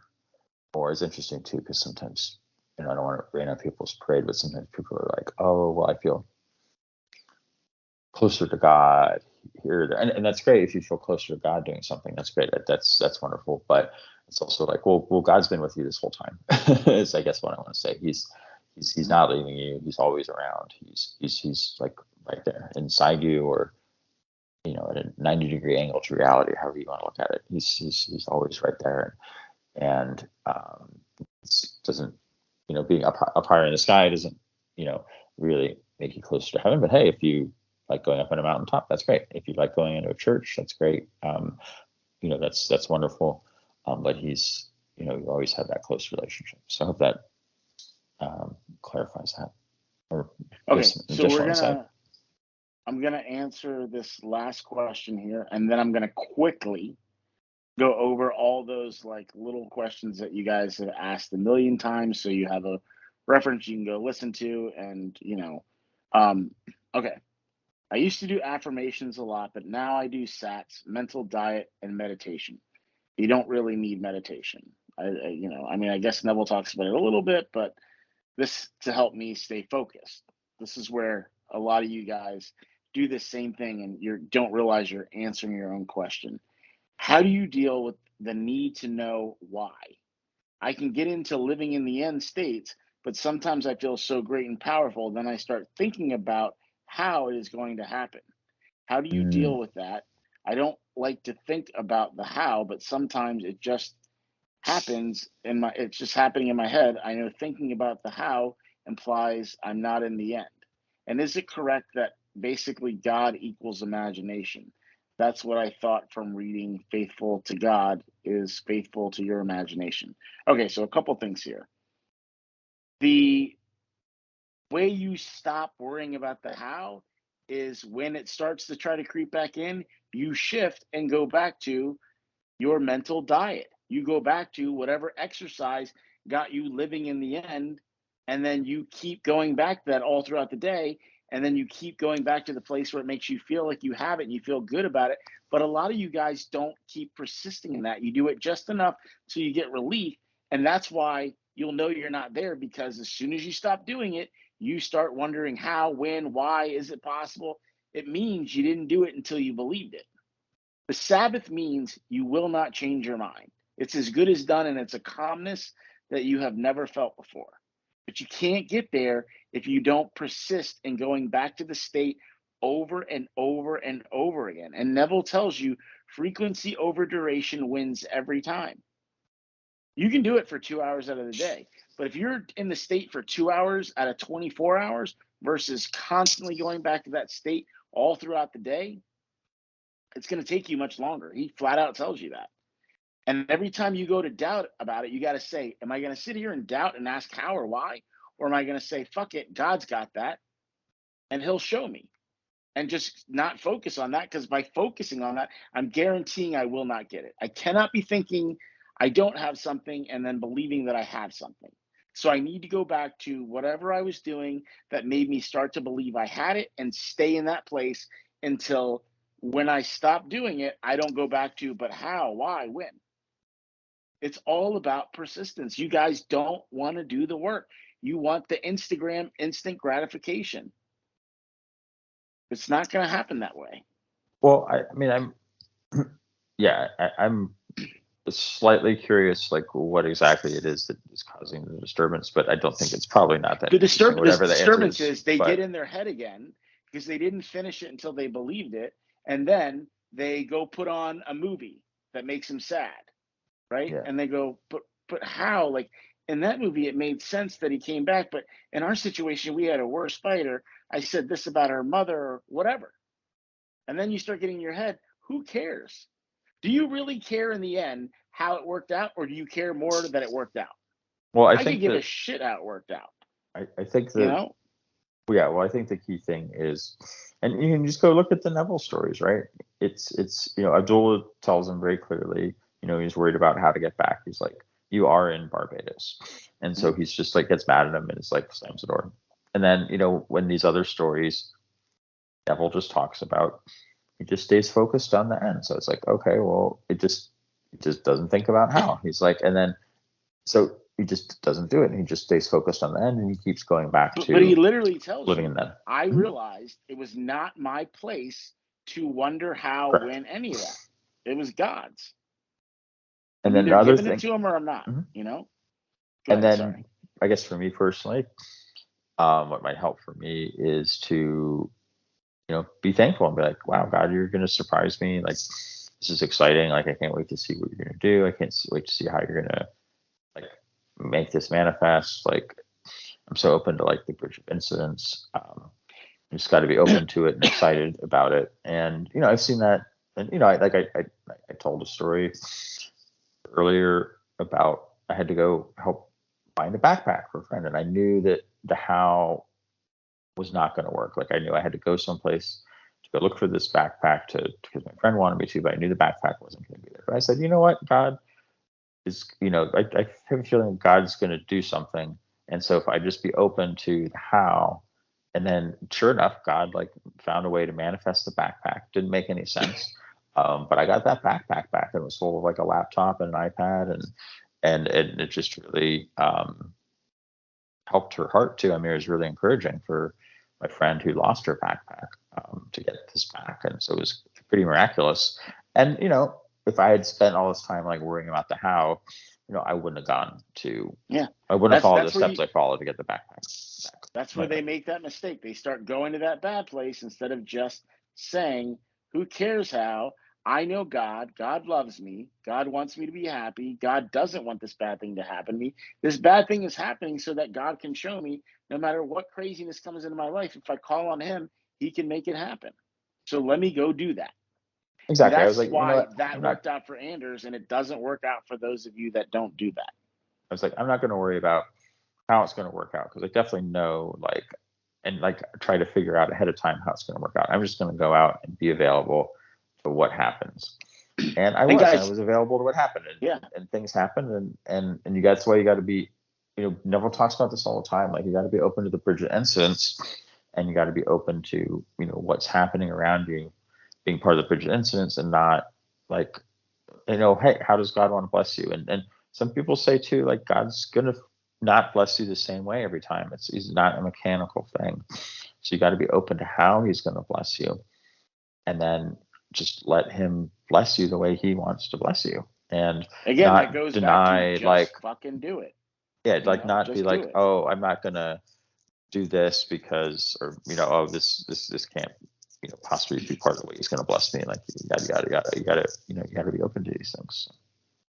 Yeah, I don't mean to cut you off. It's just, as a coach, I know that we're bordering on enabling a little bit here. Oh, how a so? lot of these Because a lot of these people like when you talk like this to them, but then they go back and they're like back to the whining again. Some of you out there need a straight up kick in the ass. You need a foot up your ass and say, knock it the fuck off. Well, I'm talking to go people who believe don't and need just that. go do it. Well, there's a lot more that do need it. There's very few that respond more to that way. I'm finding out, like, on the sub. People in coaching, it's why I'm very particular, because they are open to it like you are. But a lot of you, the reason you're failing is because you just won't knock the bullshit off. And until you get sick of it and stop letting it happen, nothing is going to change. Stop saying you're going to change. Go fucking change. Stop saying you're going to do it.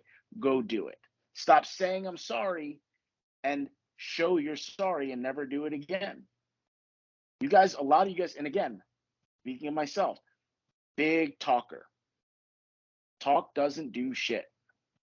You'll know if you're really changing by your actions. Your actions will tell you everything. Your words will mislead you. They'll confuse you. I've heard, God talk about this in ways, Jesus talk about it. Neville, like, it's about what you do. And if you're not doing it, it ain't going to happen.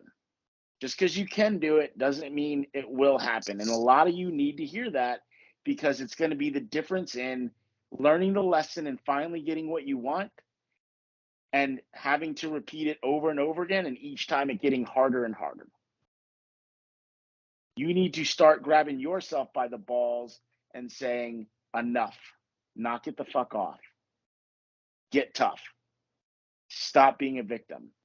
I don't understand a lot of this, like, this generation, because, like, again, I sound like a crabby old man, but, like, I don't remember kids my age ever talking about, oh, I have social anxiety and I have this. Okay, I get it. We all kind of had it. The difference is stage fright. A lot of us had our parents kick our ass out of the car and be like, go play on the fucking playground. I'll be back in an hour. Right. And we just went out and asked the kids if they wanted to play. I remember my first day of freshman football. We got there late, and I opened the door of my minivan, and I look, and everybody in the fucking football team turns around and stares at me, and I just closed the door. I'm like, just drive away. I'm not going to go play. And I was like, get your ass out of that car. You made me go buy all this fucking equipment. Get your ass out of the car. She didn't say it that way. She's like, get out there and go. But that's what you meant. Like, it was embarrassing, though, because everybody was, like, staring at me, and I'm late, and I'm like, hey, everybody, and and they're like, all right, get your ass over here. Come on, everybody, just 5 minutes later. Where I grew up, everyone would be yelling at you too. They're like, hey, it's the new guy. Hey, but had we not done that, I would have never gotten into half the colleges I got into, because they only got into because I was good at football. I would have been just some guy who had bad grades. So my mom kicked me, and I would have never had the friends I had. I would have never met Anders had I not got out of that van because the guy who also is friends with Anders, I met at that football practice. You know, like all of us wouldn't be friends had I not gotten out of that van. I would have never moved to New York had I never met him. And then I never would have met Anders because I never would have dated the girl who introduced me to Anders. And Anders would have never met him had he not known me. That's a good point. All because my mom goes, get your ass out of this van and go use that equipment you made me buy. I'm not taking that shit back to the store. Go.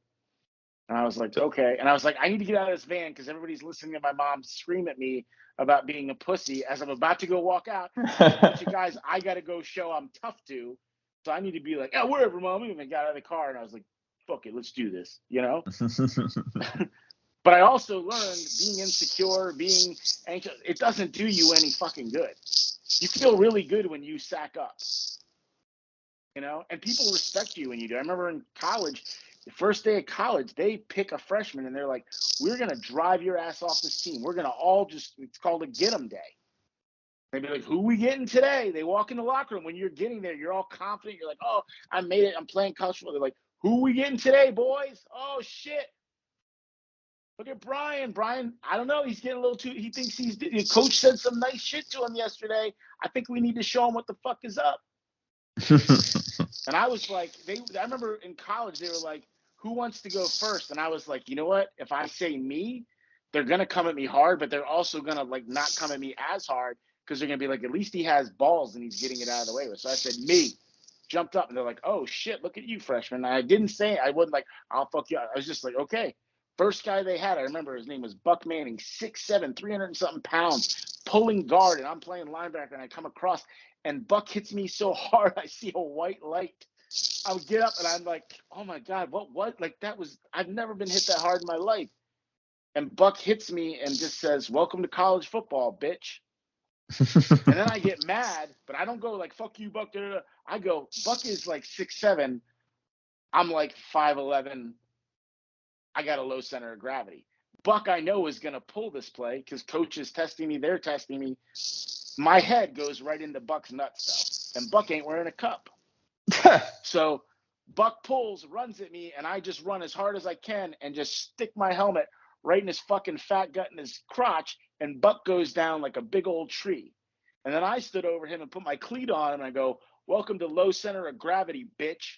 And everybody on the team was like, oh, fuck, oh, the freshman just fucked up the fucking Florida State transfer. Oh. Nobody fucking me after that. I got everybody's respect because I was like, I got back up. And I was like, I can't be scared of Buck. I was like, I'm going to go hit Buck in his fucking nuts. Buck has got a huge size and weight advantage on me. So I'm going to use my advantage on him. And then I did it and said so. Then I talked. I went and did it. Then I talked shit. Had I talked shit beforehand, I guarantee you Buck would have knocked my ass off the line again. But I was like, all right, bitch, I'm going to surprise you. He didn't see it coming. He was like, I'm going to keep fucking this freshman up all day. Guess who got to play special teams after that? You know? They're like, this motherfucker's not afraid to hit people. Let's let him run down the field full blast and run into people. He's dumb. You know, they moved me to fullback and they're like goal line when it's like everybody stick this stupid motherfucker. He'll just run at everybody. They used to call me Thump. Everybody would be like thump, thump, thump, like because I would get the ball, you just hear this big thump, and I'd somehow make it into the end zone. 20 guys come crashing. I was just dumb enough to do it. You know, my head doesn't, you know, thank me these days, but you know, but again, it was just like believing in myself.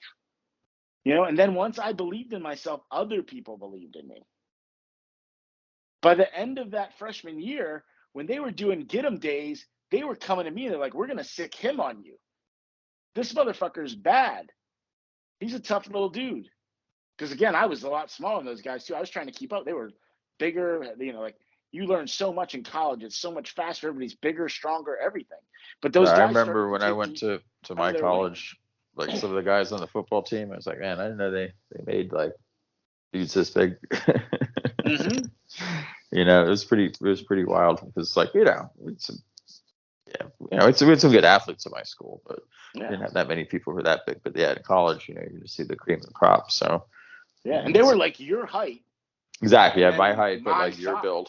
Yeah, exactly. Yeah. It was crazy, right? And so yeah, so it's nuts. But And those aren't even the best of the best. It's like they were the best in Exactly. that little These aren't area. even like the best D1 school guys either. These are just like Yeah. Yeah, it was D1, but it wasn't like the we didn't best. Yeah, have a exactly. lot of guys. Yeah, I think the guy who was ahead of me at one position was an All-American. He went pro. We had Randy Moss came in. He went pro. He was probably the best wide receiver ever. But Yeah, like that's amazing.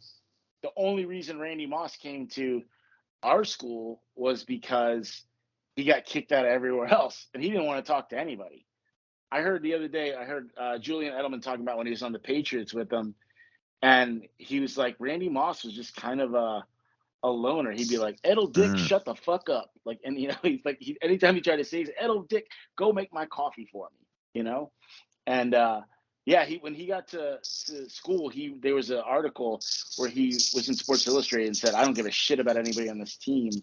It's just a way for me to go pro next year. I got to get a season or two into college, and then I can go pro. And he did. He's a completely different guy, though. He was a flat out, troubled kid, and now he's one of the most successful. Like, he's a broadcaster, everything. And when I say he came from a poor town, I mean coal mining. His basketball team, we went to go watch him and Jason Williams, the guy they used to call White Chocolate, play in a state basketball tournament. Their jerseys and shit were like from the 80s. Everybody else was wearing baggy pants. These kids were wearing nut huggers because the school couldn't afford uniforms. I think some of the kids were just wearing their own shorts. It wasn't that bad, but I'm saying it's a poor town. And he came from that to like being one of the highest paid wide receivers in the history of the NFL. And now he's a broadcaster, and life just keeps getting better because he keeps becoming a better man. Okay, so I think we answered that last question, right? Let me just make sure we got it all. What else did they say? I am God. Okay, yeah. All right. So here's the. Oh, sorry. There's one more. I used to do. Did I do this one? I used to do affirmations a lot, but now I do SATs, mental diet and meditate. Okay, so we answered that. How do you deal with that? You shift. And getting the living. Yeah, you go back to that state over and over again. And is it correct that basically God equals imagination? Yep. It is, but not the way you're, I think, saying it. It's not. Imagination isn't a substitute for God. Imagination is how we speak to God, where God basically lives inside of you. It's like his little part of you. It's where God's couch and living room and shit is, and he's chilling in there. It's like God's the creator and the creative power, and that's coming through your imagination. Yeah. Okay, so now I'm going to answer these damn questions that we keep getting all the time that are just been answered a million times. Bryguy, what books do you recommend? All of them. It's a fucking lifestyle. How are you going to make it a lifestyle if you didn't read all the books? Every single book, and I recommend you read them over and over again. I recommend you do not, unless you're an audio learner, and most of you are not. You have to ask yourself this. If I was going to get tested on this and my grade is 100% based on this test, whether I pass or fail life, whatever test it is, would I listen to it or would I read it and take a bunch of notes and really learn it? Most of you, it's going to be, I need to read it, write notes down, and keep studying it and listening to it in the background while I'm vacuuming or taking a shit. It's not going to help. You guys think just because you went through the book, you've learned it? No, you haven't. Because then I'll go, okay, tell me what that book's about. I always say to people when they're like, you don't understand, I read every book. I'm like, okay, do me a favor. Let's start with the easy one. Feeling is the secret. Pretend I'm 5. I'm not even going to ask you to get detailed. Just make it really simple and break it down to me what that book says. Well, basically it says that feeling is the secret and your feeling is the secret to what's, and I'm like, you just said feeling is the secret 4 times. You don't understand what that book's about. You don't even know what the feeling is. It's not the feeling of, happiness. It's the feeling of the shit is done. Oh, is that what you meant by that? Oh yeah, maybe I didn't read the book. Okay, you're right. I didn't read the books. Get real with yourself. Get real with yourself. This whole thing is a test. You're either going to pass it with flying colors and you get to go be the person of your dreams that everybody envies and wants to be like, and you can be an inspiration to the world and show everybody what you can be like with God And when you're one with them, when you believe in yourself, or you're going to be a fucking cautionary tale. The older you get, it only goes one of two ways. Yeah, well, that's definitely what like active literacy is. You know, it's like you got to be able to read it, and you got to be able to talk about it afterwards, and you got to be able to remember these stories and stuff like that off the top of your head, and you know, and then then you'll know like, oh, okay, I can understand it. And you got to be able to ask yourself questions about it and be able to explain it to yourself. You know, then you know that you understand it. If you just like, oh, I read it and it's in one ear and out the other, then that's not really going to help. You know, now for some people you might read it and be like, some people, I think it's you like, how you put it, you may or may not have to work that hard at it, but but yeah, you should be able to come back and say, oh yeah, like I can explain this. I remember that story. I remember this story. Like, you know, you should be able to tell people about it. But if you can't remember anything about it, then it hasn't really helped you. It hasn't helped you at all. Okay. How do I start? Read the books. You can't do anything if you watched a YouTube video and they're telling you about everybody as you pushed out. By the way, everybody as you pushed out is not a technique. It's just how it all works. It is not a technique. Everybody's like, I'm doing everyone as you pushed out. That's not a technique, my man. That's just how it is. How are you doing everyone as you pushed out? Right? How are you changing your beliefs about yourself so that their beliefs about you change? How are you changing your beliefs and story about them so they show up the new way? Notice I didn't say you going and doing anything with them and apologizing and fixing anything and grand romantic gestures or whatever. Same thing with the money. What are you doing? Going to the bank every day and be like, can I go into the vault and pet the money? No. You're going, get in my fucking pocket. You're everywhere. This guy's got money. This guy's got money. That bank has money. That's you're everywhere. So come to me now. You don't know what you want to do with your life? Ask God. God, what do I want to do with my life? Show me. God, I hate my job. Can you find me a career where I can work from home and make my own schedule, be my own boss? Watch how he gives you an idea. You want to know how to do something? Go to God. Don't ask me how do I do it. Where do you start? Read the books. Read the Bible. Read Neville's books. Then what do? Talk to God. Ask him to tell you the answer. He will be clear about it. But you got to shut up and listen. So many of you guys are talking about how bad you have it that while you're saying that, somebody's behind you going, and then I did this, and then my whole life turned around, and there was your answer, and you missed it. You're too busy telling me how you tried it, it hadn't worked, this doesn't work for me, but I read the books and nothing happened, I tested it, I didn't get any results. Shut up. Say, God, give me the answer then. If a technique doesn't work for you, another question, Brian, what do I do if I'm doing sats and it doesn't work and I haven't seen the results? Do another technique. There's a ton of them. If one technique is not working for you, stop doing it. Go read about the other ones. Don't listen to a YouTuber and how they did it because they're paraphrasing and they read about it and they put their own spin that works for them. Go figure out how to do it. Do it the way Neville tells you, the way God tells you, and then God will show you the best way to do it for you so that it works for you every time.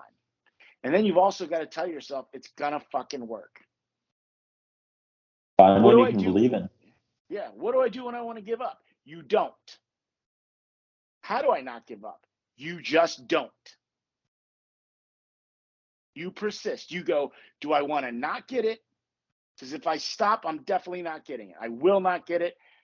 I'll watch that person go live their life with somebody else and live the life I wanted to have with them. Or I can suck it up a little bit and say, yeah, I got social anxiety, I got this or whatever, but who gives a shit? Because I love myself and this is what I want and I fucking deserve it and God wants it for me, and go get it.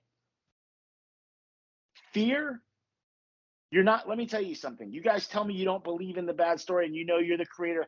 Bullshit. If you're afraid of it, it's because you fucking believe it. You're not afraid of stuff that you don't believe is possible, that you're not thinking about and worrying about. You don't worry every day that you're going to get stung by a horde of bees and walk into a wasp nest. So you don't, because you're like, I don't even know where a fucking wasp nest is. Right? You and your SP broke up and you're worried they're going to go off and start dating everybody. Bullshit. Bullshit. They're hurting too. They didn't want to break up with you. You just started sucking and they couldn't deal with it anymore. But they're going to be sad. I loved him. I wanted to be with her. They're not going to go jump in bed with somebody else. All it's going to make them do is be like, This is fucking weird. It's not her. It's not him. They don't feel the same way. They don't hold me the same way. There's no love behind it. What I had with them, if anything, another person is going to come in and show them what they lost, how they're not you and you're better. But don't worry about it, and they don't ever show up. Go fix you and worry about you. Then you can start to worry about them too. Don't start with them. That's the other question. You guys are like, who should I start with, me or them? You, always you. You can't rearrange the glass in the mirror. Always you. Absolutely. What do I do if I can't keep a mental diet? I don't know what to tell you, buddy. Find another technique. Do whatever it takes. There are no shortcuts. Here's the thing, right? So you can say like I can't keep a mental diet, but that's not really true. So you just got to keep doing it. You got to keep getting back on. So you'd be like, oh, I can't like ride a bike or whatever. Like if you ski, the first thing they have to say, like you're in a fall. Wait. They have to stop saying first, I can't do a mental diet. Exactly. Correct. You have to start saying, I'm a master of my mental diet. I sucked at SATs because I said I sucked at SATs. I said I mastered SATs. That shit was easy 2 days later. Yeah. So go ahead. Sorry. Yeah. So don't think like occasional slip ups mean you can't do it. You know what I mean? It's like, hey, no, I'm learning how to do it. I'm doing this. I'm doing it. Okay, and I'm getting better at it. So that's the thing. So you gotta tell yourself like, I'm learning how to do it right now. You know, and I'm getting better at it. Yeah. So you can do it. So, but if you tell yourself that you can't do it, then you're not going to. Yeah, and the other thing, guys, is you want to learn how to believe in yourself. You got to start acting right. You got to start acting like a grown-up. You got to start making better decisions, choosing better things, walking away from the drama, stop reacting, all that. Because when you do, it becomes very easy to believe that you've changed. If you keep doing the same stupid shit, same bad behavior, good luck convincing yourself you've changed. So a lot of you guys like, I'm working on my self-concept, but then you tell me all this bad shit that you're doing, or then I ask you stuff and you lie to me about it, or you won't admit that you were wrong here or there, or you're giving them free will. You're doing all this stuff that you're not supposed to be doing, and you don't stop doing it, then you're not going to believe you've changed. One of the big things I work on with my clients is changing their beliefs about them first. Believing in the fact that God loves them and God is the parent that wants to give you everything and knows how to keep you from also being spoiled. So he's never going to say no, but you got to also watch what you ask for because he's going to give it to you. Why? Because you'll still learn a lesson from it. Right? Your teacher teaches you in class, but eventually you have to go take a test and they don't take it with you.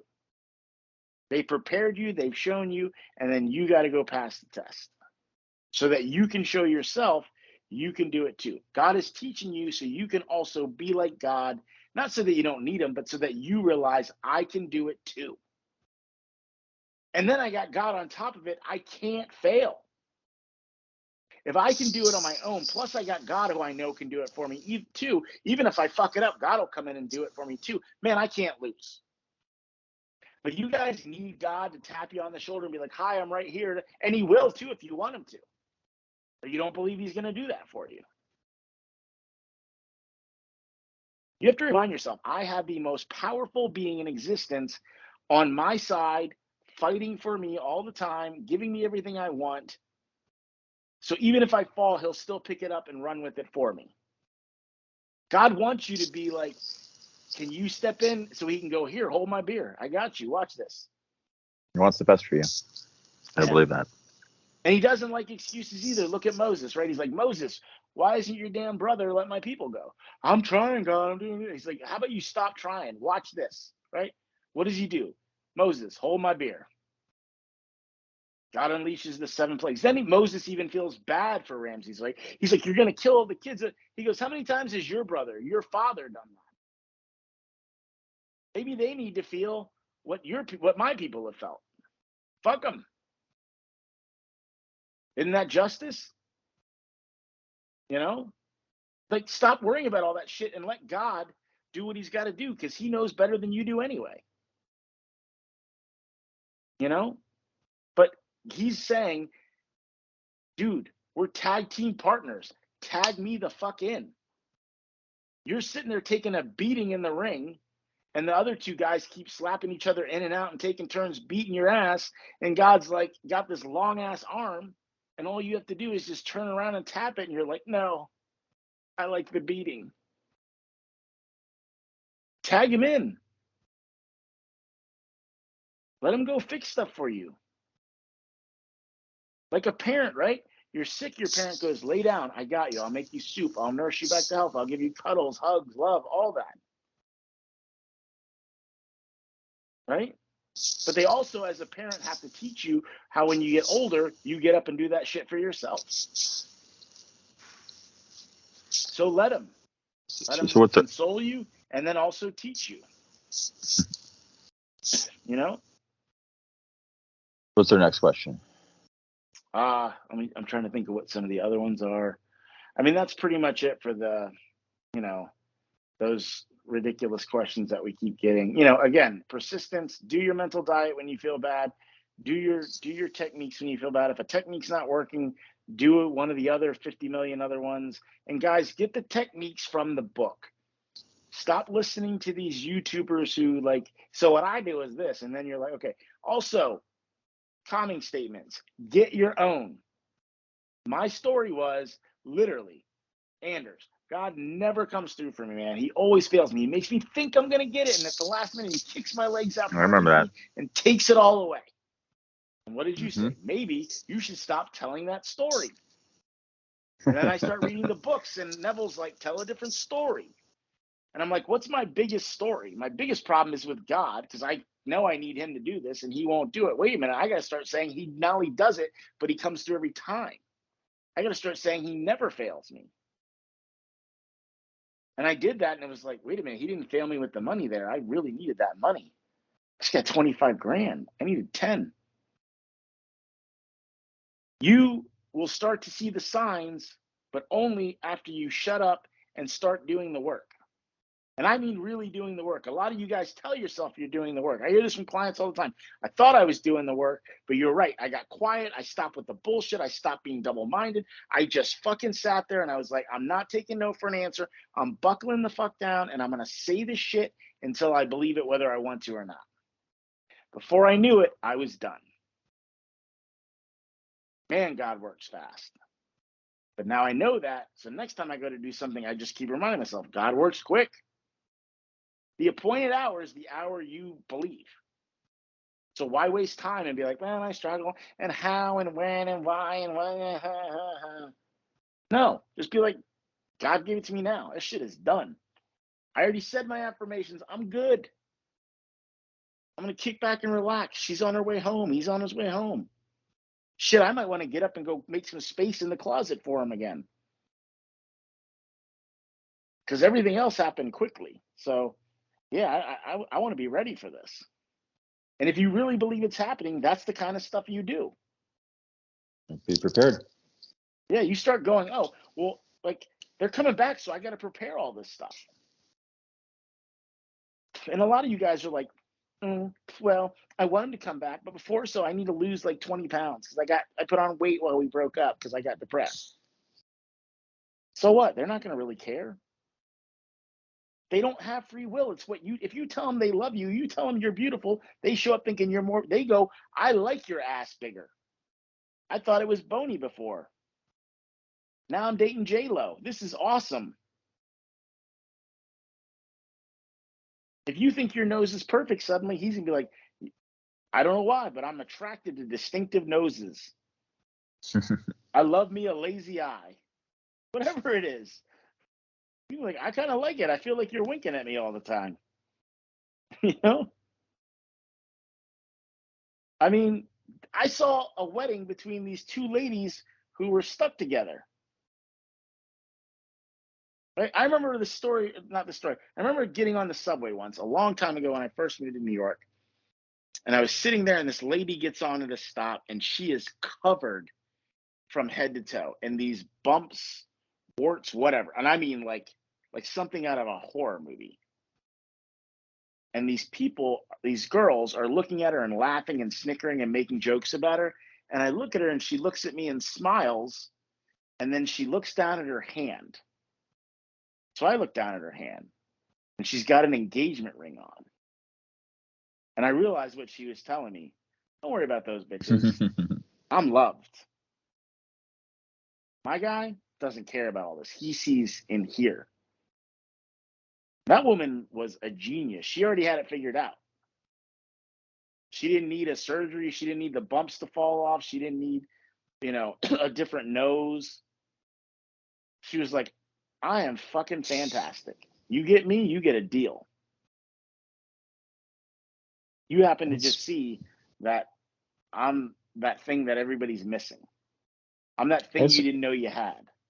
Well, it's a beautiful story too, right? Because it's the story of the Bible, right? It's that, we can be like, yeah, we're that person who's covered with all the warts, but if we accept God, like God wants to marry us, like God put that ring on us, we just have to accept it and smile and look down and be like, wow, like I'm loved. Yeah.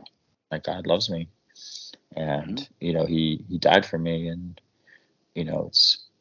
wasn't because I was on my idea of perfect, but I can be perfected through him, because I'm going to be and you got to really recognize that. Yeah, you got to say, God was smart enough to know that the way to really ultimately show somebody you love them is to die for him. And then also give up your kid, the thing you love the most. God gave up the thing you love the most and died for us. You cannot do more for somebody to show that you're loved and forgiven. And guys, start forgiving yourself, but stop also being a shitty person. Stop also being a whiny baby. Stop also feeling sorry for yourself all the fucking time. Appreciate that gift. You took your person for granted and they left, and now you think you're going to get them back by taking God for granted too? The difference is God still won't leave you, but it's not a smart way to be. Go ahead. Yeah, because we can do all things through Christ Jesus. So yeah, we can do all those things. And that's the great thing is, God wants us to come and start living life from that place of love. And then because faith without works is dead, that's what that means. It's like, yeah, I believe. And when I really believe, I'm going to start acting differently. And I'm going to start being differently. But it's not the acting, which is why God loves you in the first place. No, God loves you because you're his kid. That's why. And a lot of you be like, oh, so look, if I believe in if I can fly, yeah, dude, you can. And it might not be the way you take off like Superman, but you can go get an airplane ticket tonight and get a plane, and you're fucking flying. That was my thought. Yeah, you're still fucking flying. You're in the air. You're 30,000 feet in the air. You're just sitting down instead of being dumb because you don't have impenetrable skin and it's fucking freezing cold up there. You're like, nope, I choose to sit in a nice warm seat with a blanket and a pillow and watch my favorite movie on Netflix on my flight while I drink a Coke. You're still flying. Somebody figured that out a long time ago. It's like Neil deGrasse Tyson. They're like, do you think one day we'll have flying cars? He's like, we do. They're called helicopters. He's like, what? He's like, a flying car would be a car that needs to drive, stop, start. That's what a helicopter is. We already figured out how to do it. You put a propeller on it. We could do it other ways, like with hydrojet and shit, but how are you going to map the sky out like a road? Everybody's going to be crashing into each other because we know human beings are dumb in speed. Even when there's speed limit signs and traffic signs telling you which way is which, you're going to have those idiots who just go, oh.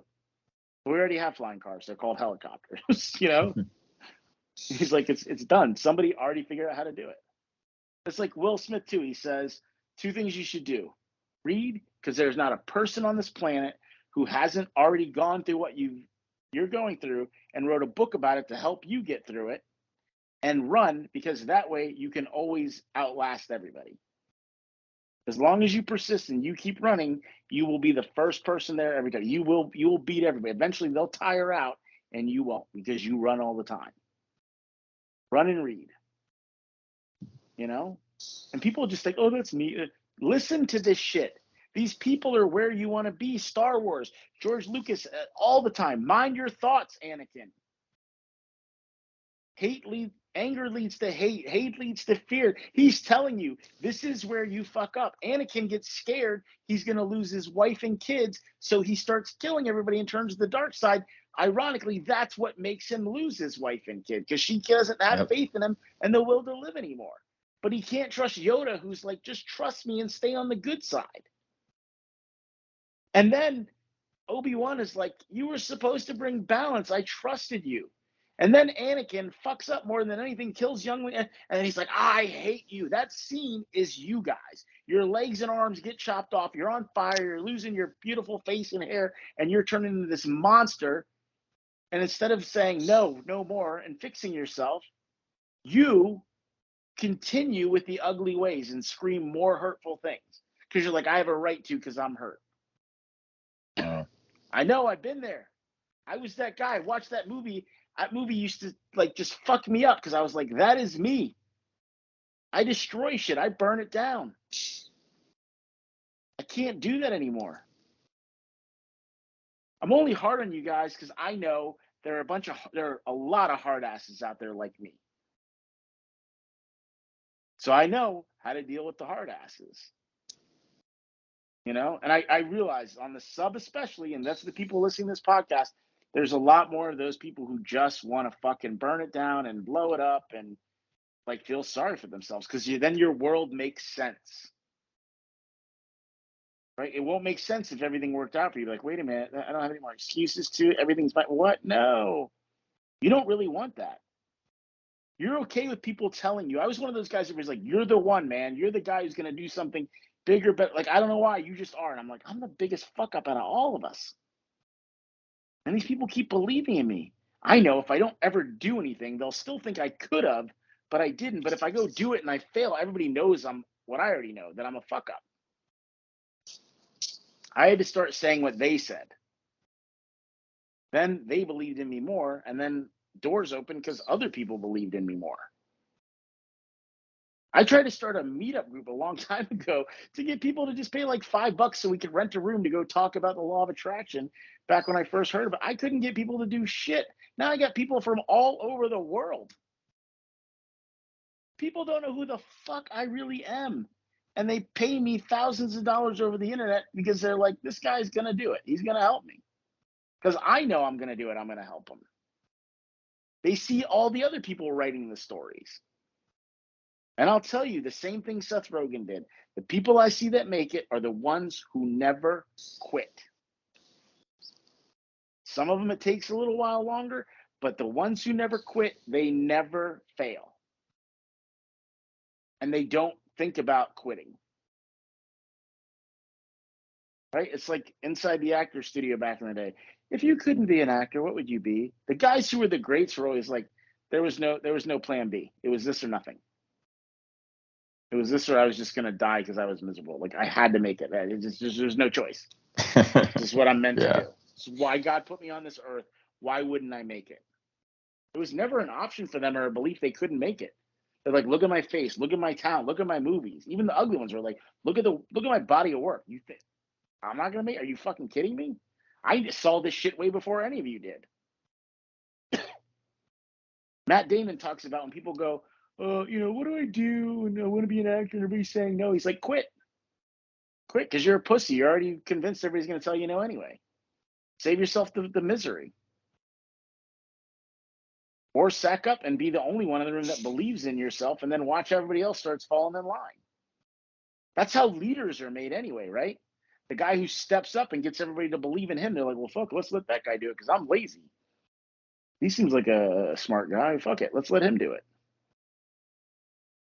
But then they want all the glory and they want the reward that the leader got, but the leader was the one who put his ass on the line. The leader literally took his balls and put them on a chopping block. It's what you guys got to do. I want to be soft. I want to be gentle. And with some of you, I can be. But some of you, you need that fucking axe coming down so that you finally realize what's at stake and get it together and don't lose your balls. So I hope that answers a lot of questions. I feel like we got those ones that I hate answering, and I'm like, you can't ask this, check the search bar, blah, blah, blah. But I feel like we kind of got to talk about some other really good stuff, explain Absolutely. God in more detail. Thank you, Anders, again for your wonderful explanations on all things God. I love hearing about it because I'm still learning more all the time about it too. Me too. And I just, yeah, I love learning about God. Like you, like I'm sure the same thing happens to you. When I teach other people, God teaches me. Hmm. So I love coaching because it is a way for me to keep doing the work all the time. So many times I'm coaching people and I'm going through something, and the answer I give them, I'm like, there's your answer, dude. You know, I'm not perfect, guys. I'm not perfect. I'm not lucky either, though. I work hard at this stuff, and my belief is getting stronger and stronger. But I know that if I don't keep believing, I can go back to being that old guy because I did it before. I got there, got my wife and everything, and then I messed it all up, and I got it back. I'm not losing it again. That's why I don't want to talk to the people who want to complain all the time, and no matter what you, what they don't get is we give them great answers. I've seen you guys give great answers to people, and they're like, shut up, you bootlicker, you just kiss Bryguy ass and blah blah blah. He never tells you how to actually do it.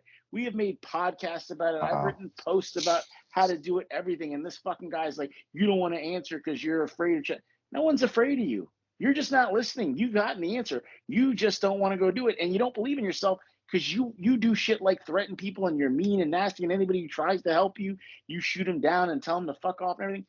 That's what you got to stop doing. Is that you got to do stop doing that before you can go believe in yourself enough to go do it too. So many of you guys want to keep being an asshole and then just want it to show up. Why can't I get it? Because you're not doing what the rest of us are. You're taking the easy way out. I know. I did it a lot. I thought it was cool. I was like, I got the fucking hookup. I prided myself on being that guy. Right? I mean, I used to get free pizzas in college. They wrote about me, called me the pizza bandit. I would call them, be like, "Oh, we had a kid jump from the roof the other day, and I'm trying to get some students to take an alcohol awareness course. Could you guys send over some pizzas?" And then I would run around the dorm. I'd be like, "Hey, $5. Tell me what you want on your pizza." And people would. Video store. I worked at a video store. I got all the screeners, and we were allowed to rent them. So I would like take them all, which I wasn't supposed to do, and then I would go to my dorm and be like, "Who wants to watch this movie? It's not even out yet. Who wants to watch this movie? It's still in theaters. $10 to watch it. Okay, or you can spend 30 going to the movies with your girl. Or you can watch it at home and get laid. Like, okay, here you go, $20. I am surprised I never ended up in the mob or something. You know, like it's just kind of crazy. But it caught up with me. I mean, Anders, you remember one of the first things I did when I was trying to fix myself was go to you and be like, dude, I have been lying about being employed. My wife has been supporting me. My wife bought her own engagement ring. Yeah. I'm a failure. And you're like, yeah, we all knew that, man. Like, you can't not go to work every day and just think you have some job that pays you for just sitting at home all day. Like, no one bought it. We just didn't want to embarrass you. I'm like, well, this is really embarrassing, you know? And then Anders, I know you're the good cop, I'm the bad cop, but like when it came to me and me working, you're like, I don't want to hear this bullshit. If anybody can go out there and get a fucking job and talk people into paying them money, it's you. You know? You're like, I Yeah, want you to go sell my stuff for me, even. Like, if anybody can do it, it's definitely definitely. you. If anybody can spin some shit, it's you, you know? I remember when I told an old teacher I was going to be an actor, she was like, that's a great job for you because that's a perfect job for somebody who's that full of shit. You know? She's like, and I say that in a loving way, but man, you can spin some shit. So that's like, you have found I think you're going to be like the next Pacino. It's like, you're going to be, that's how good you are at spinning shit, you know? Making shit up off the top of you. I have seen you come up with whoppers and convince people of it, So yeah, oh man, if they give you a whole script, you'll forget it. They'll believe it, you know. But she was really being serious and in a loving way. She was like, no, that's perfect for you. Way to take your weakness and make it a strength, Yeah. you know. So guys, as always, uh, We love you. We are intending the best for you, but we're also intending that you fucking learn it and it sticks. Because me intending and Anders intending for you, yeah, you might get the person back, you might get the money for a little while, but as soon as we stop intending for you, it goes away because you're not intending for you. And get out of the way. Hold God's beer for him and be like, all right, man, I give up. Go show me. He'll be like, all right, my man. You know, it's funny, Brian, is I think one of the things remember you talking to me about was that's one of the things we talked about in the early episodes, like find little things to believe. And I think one of the things you talked about stuck with me was specifically like seeing a tennis ball. You know what I mean? Mm-hmm. And then it's funny because where I live now, right? Both my neighbors have dogs, and so now there's like tennis balls and all sorts of colors all the time just showing up in my yard. But I remember when you lived in the city, you're like, where the fuck am I going to see a tennis ball? But you still did, remember? I did. In a puddle or something like that? Yeah, it was really wild. Yeah. I really did see one. But now they just show up all the time. I just can't help but stumble over them. I can't remember if it was a client or somebody who wrote it on the sub or another sub, but they talked about how they kind of did it wrong. And instead of saying, I'll see a tennis ball, they're like, I will not pick up the tennis ball. Right. So all day they're telling themselves, I'm not going to pick up a tennis ball. And they're seeing tennis balls everywhere and not picking them up. But the whole point was to like show themselves once they saw because they saw himself first holding the ball, feeling the fuzzies, smelling that smell. So it was going to happen. Like Neville says, like EO Locker says, like count out $100,000 in your head. And whether you think you're getting it or not, you're getting it. If you did it in your imagination and you keep doing it, it's going to show up whether you think you're going to get it or not. So he had really felt the tennis ball in his hand, but kept saying, because he didn't do the exercise right, I will not pick up the tennis ball. So he's walking home, and right before he gets home, he passes a tennis court, and these guys are playing tennis, and a couple of the balls are like over the fence, and they hit their last ball. They're like, a little help. And he's like, I will not pick up the tennis ball. And he starts to walk away. They're like, hey, if you don't pick that fucking tennis ball up right now, and you make me come out there, I'm going to hit you in the head with my fucking racket. Throw the fucking ball. And then he's like, I had to pick up the tennis ball. These guys were very large and really angry, so I had to pick up the tennis ball. Neville's right. You will pick up the tennis ball, no matter what. You know? But the guy was like, if I got to go out there, I'm going to crack this fucking racket over your head. You're picking up that tennis ball and throwing it to me. He's like, and I picked up all the tennis balls and threw them to him. You know? I thought that was hilarious. I was like, he still had to pick up the tennis ball. You know? I love that. Once he saw it in his hand, it was as good as done. And I think what he saw was him picking it up to throw it so he didn't get beat in the head with a tennis racket, you know? But yeah, I mean, it's, you just got to keep doing it. And all you guys are like, well, I get sad when I stop doing it. Then don't stop doing it. If you feel great when you go do your exercises, keep doing it. You're like, well, I have to work. Great. Go focus on your work, like really focus on it. And then you also won't be sad, right? Like we said, one thought at a time. You're focused on work. Obviously, you can't do the exercise, but you also can't think the sad thought. But a lot of you guys like, I'll do the work and I'll listen to the sad music. I'll listen to Taylor Swift because boy, does she understand me. I'm heartbroken just like her. That woman is selling tickets like crazy because there are so many victims out there. How can you be that rich, that pretty, and then always slouching and looking like somebody stuck a bunch of lemons in your mouth, and then like you can never keep a guy? She doesn't break up with the dudes. They all break up with her. Wow. They all break up with her. She is richer than most people in entertainment. That tour that she has, every person I know on Instagram was at that damn show. The movie of the tour has sold 36 million tickets already. It doesn't come out for another month. Oh, wow. And then all of her fans are so annoying. They're like, we're going to make it like we couldn't go to the real show, so we're going to spend our $30 and scream at the movie theater. And the employers are like, please, God, please don't let this movie come to my theater. Please, these teenagers are going to be obnoxious. But they love it because they're like, Taylor gets it, guys. Like, she's been cheated on, too. She's been this. Taylor Swift gets cheated on because she worries about getting cheated on. I am by no means on Taylor Swift's level. I've never gotten cheated on. I never also worried about getting cheated on. If you put me in a room and Taylor Swift and I have to, I don't care if it's a guy or a girl, and one of us has to make them fall, I'm winning every time. I'll be like, yeah, but look at her, man. She just looks like she's a fucking bummer. I don't see you having a good time with her. You know? If it's a dude, I'd be like, look, man, I got the equipment. I know what to do. Didn't she say she's not that experienced? I would do whatever it takes. I'm going to win. You know, I'd be like, yeah, she's got the equipment, but she never gets to look at it from the angles I do. You know, she never gets to really get in there like I can. Like, I would find a way. I just like, yeah, beat me over there, sourpuss. Go suck on some more lemons. Tell us how Jake Gyllenhaal wouldn't hold your hand while he was trying to cut his steak, and he's such a bastard.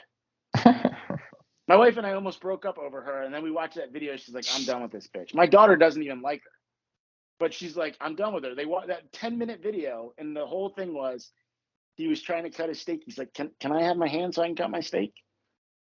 And that's what she's like, you bastard. And then he didn't come to my birthday party because you're a psycho. Because you try to crawl up his ass and die. It's like the scene in Step Brothers. I just want to roll you up in a little ball and shove you up in my vagina. You know? Jake's like, wow, that's really intense. That's really you know, intense. wow, it's really something. Mm-hmm. Yeah, okay. Security. You know, she's dating civilians, and they're like, oh, I can't take this shit. You know, and then she's writing songs about it and wondering why it keeps happening. And then she gets mad because people get mad at me for writing songs about it. I know what I'll do. I'll write a song about that. Everybody's mean to me. Her music makes you cry because it makes you feel like you got dumped. I can't think of one Taylor Swift song that has made me feel, except for the Never Grow Up. Like, I'm not gonna lie, I hear that Never Grow Up and I think of my daughter. I'm like, please stop fucking growing up. You're so little. Why are you so big now? You're getting heavy. I can't pick you up and hold you like I used to. That's the only song that gets it for me. She's talented, but is she hitting notes like Mariah Carey? No, but she's making more money than she is. So Taylor Swift is a perfect example. She believes she is a badass on that stage. She will tell you, I'm a different person on stage. And she is, and everybody loves that person. But then she says, I feel like when people date me, I let them down because I'm not the same person off the stage. Why not? Pick up a fucking guitar. You know, sing in your living room. Too. And that's an interesting problem. I mean, that's the problem too with, I guess, like being in a lot of people, actors or performers. But I think it's also interesting too, though, because I mean, we're also we still love performers and all that, but I think we're also interested in some ways too. We're also in a culture now where a lot of ways people do value more and more like authenticity and. Oh yeah, Kim Kardashian. Like who's somebody who's really who they are on camera and off camera. You know what I mean? Like, I don't really know. Yeah. That's what people really want. Keanu Reeves. No, but I'm saying, that's what people like, right? Is they want this, and sometimes you can say it's always an act, but it's like that's what a lot of people are looking for. It's like, who's that person who is the same that they are on and off camera? And I think that is like an internal thing. It's like, well, are you putting on an act, or are you really like really living it out? Like, are you really walking it out? Who you are, and so hopefully. I think you're seeing a lot of your clients are being able to act out who they really are. It's really not even seeing that improvement, Yeah. Which is great. What I love is we have had a influx of people who I never coached. I talked to maybe one time, sometimes not at all. Yeah. I just like made a comment on their post and they just go read the books, and guys, I gotta stress this. I love that you guys love the podcast, but two funny things. If you love the podcast, then give it a like, give us some comments and some feedback, because you guys don't do that. But then you want to, I've listened to every podcast and everything you guys tell me to do, I do. What we want you to do is go read the books and, more importantly, the Bible. What I really want from you is for you to be one with God. Amen. I know Anders wants that too. That's what I want more than anything. That is my mission with this. Right? You guys are all, because I have been the biggest shit of all shits. So every one of you guys I bring to God is another, like, what about Bobby? And then Jackie?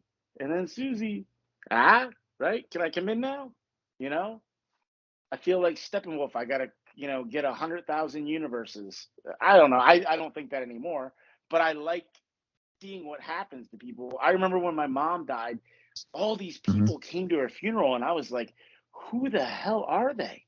And they were like, "Oh, I met your mom in a supermarket. I got dumped by my boyfriend, and I was crying and just broke down and laying in the aisle at the supermarket. And your mom just came up to me and started talking to me and told me how pretty I was and fuck him and da da da. And then she asked me for my cell phone number, and she would just call me every week and check up on me. I don't know. We just became friends.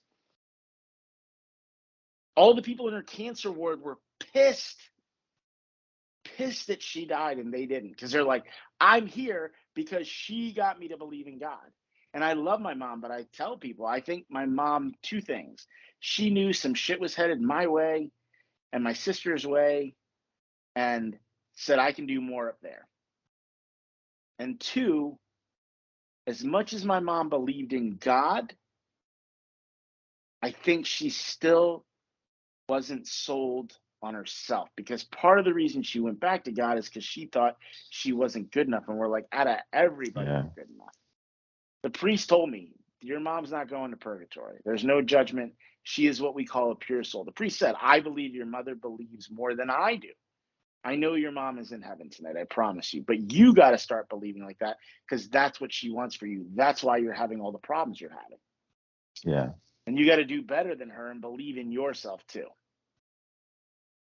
You know, it's no surprise that when I was going to do what I was going to do, I found that book, I found that video, I found all that stuff, and it turned on my TV. You know, it's no surprise that when I was like, how can I fix this? I had that dream. And right before I woke up, my mom grabbed me and goes, get a job. Like, oh, that's the answer. Because I was like, what's the answer though? I know I'm waking up. What's the answer? Get a job. I was like, I guess I better go get a job and stop living off credit cards. You know? Yeah. So call Totally. out for help. It'll happen. But again, guys, careful what you wish for. Like people still think I'm crazy for telling God, clearly I don't get it. I need you to slap me in the face with it. Man, did he? You guys think you're getting broken up with because maybe what's really happening is you fell that much in love with that person because you couldn't take it and you would finally go fix yourself, just, because you're sick of that happening to you. And a lot of you guys, like we talked about very early on in this conversation, are going to get him and you're not going to want him. I got a client right now who wants this guy and she knows he's bad news. She knows he's no good for her. She knows he treats her like shit. Everything, but I need him to love me and blah blah blah. And I'm just so attracted to him. I've never had this and da da da. The thing is, I had another girl who was like that too. She was an ADA and she was dating a dude who sold weed out of his mom's basement. And his mom was like, I don't want her over here. She's a narc. What an awesome mom, right? She fixes herself. She was got her career together, but she was like getting kicked out of her parents' house because she couldn't afford it. Like she was just like letting her credit get ruined by this dude, everything. Then she fixes herself and he like wants her back and she's like, no, no. And she met a guy who had a position like hers and they got a nice life together. That's wonderful. I think he's a doctor, she's a successful, lawyer. Like, lots of people like that. I've seen crazy shit. That little girl who was on there, I never coached kids, and that 15-year-old girl reached out to me about her sister who was in the hospital for months with COVID, and they were thinking it was going to get really bad. I talked to her for like 15, 20 minutes on DM, and that kid really listened and was like, I love my sister. I trust in God. I'm going to fix this. God wouldn't have let me, whatever, get this information if it wasn't going to help. She just believed in it. I don't think it had anything to do with me and thinking, oh, he's so great. I think it was just like, look, God is like, obviously, I don't know, but that little girl believed, and her sister was out of the hospital like in no time. That's amazing. My other client who quit, got rid of her aunt, stage 4 cancer. The guy who had OCD so bad he was on medication that was fucking him all up, and his anxiety and his depression, got rid of all of it and decided I'm going to actually fix that first before I go get the girl. And while he was fixing it, the girl started chasing him. And he's like, yeah, sweetie, I'm not done. I want to finish me. All of them say that. I'm like, you want to go work on them some, or you want to keep working on you? You know what? I think I want to keep just working on me because this feels really good. I've never felt this good. I haven't felt this good in a long time. They'll be there, whatever. And those people will never have to work on the SP, like at all. They don't say an affirmation about it. And they show up. Everyone is you pushed out. So if you're loving the hell out of yourself and you think you're the greatest thing since sliced bread, so does she, so does he. But if you don't, whatever you believe about yourself is what they believe. If you believe you got a baby dick, so do they. If you believe you're not good enough, so do they. If you believe you're crazy, so do they. If you believe you're awkward, so do they. Confidence, discipline, persistence, and then do it over and over again. Consistent, stable, persistent behavior. Your whole life will change in months, weeks, days. Stop trying to do it, go do it. Stop asking how to do it or if it'll work, go do it. All right, guys. So I know I went on a little tangent again. I like to do that. I feel like God's like, get it out there, tell these guys what's up. So I let him speak through me. But if you're hearing this and it's speaking to you, it's not me telling you, it's God going, wake the fuck up. Hold my beer, let me in, tag me in. I'm the greatest tag team partner in the history of wrestling. Right? Be like Jacob. Tell God, I will not let you go until you bless me. I can't beat you. You're God. But I'm not letting you go till you bless me. I will take an ass whooping all day for a blessing. God goes, nope. The fact that you would do that is enough. Amen. All right? Let the angels come down and tell you, God accepted your battle, my friend. You are good. It is done. All right? But you got to be brave. You got to believe. Everybody who made fun of me in the beginning when I was like, you got to believe. That guy made that meme. I thought that was hilarious because I was like, somebody's going to make a meme and quote me, watch. And then he did. And then I said, he thought he was clever. I was like, dude, I said somebody's going to make a meme. I didn't do it. You didn't manifest that. Oh. It's funny, and be good to each other. I'm not being mean when I tell you this stuff. I'm trying to tell you, wake up. Here's what you're really doing. You're telling me one thing, but your actions are saying this. Get real. Get honest with yourself. Stop bullshitting and lying to yourself. You're not fooling any of us, and you're definitely not fooling your subconscious mind. It is powerful, and it doesn't buy the bullshit ever. It's that little feeling in you that's telling you you're fucking up. That's what makes you feel inadequate. Stop doing what makes you have that feeling and watch how you feel like you deserve everything. I know it's tough. I know it's scary, but it's actually easier than trying to skirt around it. Just facing it, it stings for a little bit, but then things are good. Trying to avoid it and you're going to be running around forever, making more lies and more lies and more lies and feeling worse and worse and worse. That's where anxiety and depression comes from. Anxiety, because I haven't done anything about it today. Depression, I didn't do anything at all about it today. I'm stuck. Watch how when you fight, that shit goes away. You got to admit the problem to fix the problem. Rocky 3, what's the problem? I'm scared. Great, we know you're fucking scared. Great. So you got two choices. Don't fight them. You don't have to. Or if you can't live with yourself, then start fucking training, because right now you're wasting your whole training camp. You're going to get murdered again. Maybe killed this time. And I don't want to see that happen. I'll back you up either way, but I'm not going to let you kill yourself. So what are we going to do? Quit, or are you going to get hungry again and go eat? Right? What's that thing in the program? He's like, let's put the women and children to bed and go looking for fucking dinner, boys. Do it. All right, guys, we love you. I'm losing my voice. I got a sore throat. It's late for both of us. It's first day of school tomorrow for kids, so I got to get up early. But I wanted to make sure you guys got your weekly ass-kicking, door-slamming, and also your hugs and kisses from Anders. Good cop, bad cop. Right? Good cop, bad cop. Right? Both sides of God. The God that's loving and kind, the God who's like, I'm sick of your bullshit. Hold my beer. I'm gonna show you what the fuck to do. All right, learn guys. today. Yeah, you gonna learn today. I love that. What he does is, you gonna learn today. Hey. You gonna learn today. Yeah. All right, guys. We love you, Anders. Again, man. Thank you so much for bringing all your knowledge about God and sharing all that wisdom with everybody and blessing us with that. I can't thank you enough. And just thanks for being such a great friend. Feelings reciprocated, for sure. Letting me talk all over you all the time and stuff, and cutting you off and everything, and putting up with my shit, and then going and doing this podcast and editing it and making it all nice and giving everybody the resources they need. So thank you so much. I love you.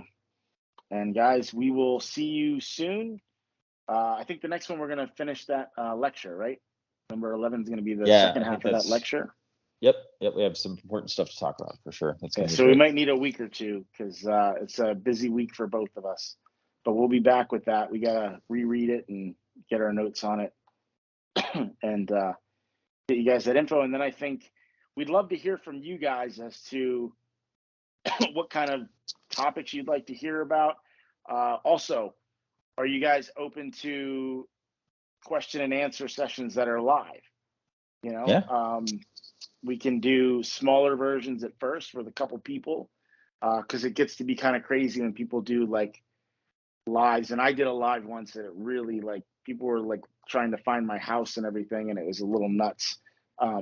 So they were looking at like street signs and stuff behind me in the windows, and so but like we definitely would love to interact with you guys more. So we're also thinking about doing some events in New York City, and then also maybe hosting some events at some getaways, right? Like I have a friend who does these seminars in like Maui, and I don't know, she has a ranch upstate too that I'm talking to her about us possibly using too, or I don't know, something, whatever you guys would like to do, how you guys would like to interact with us more, let us know.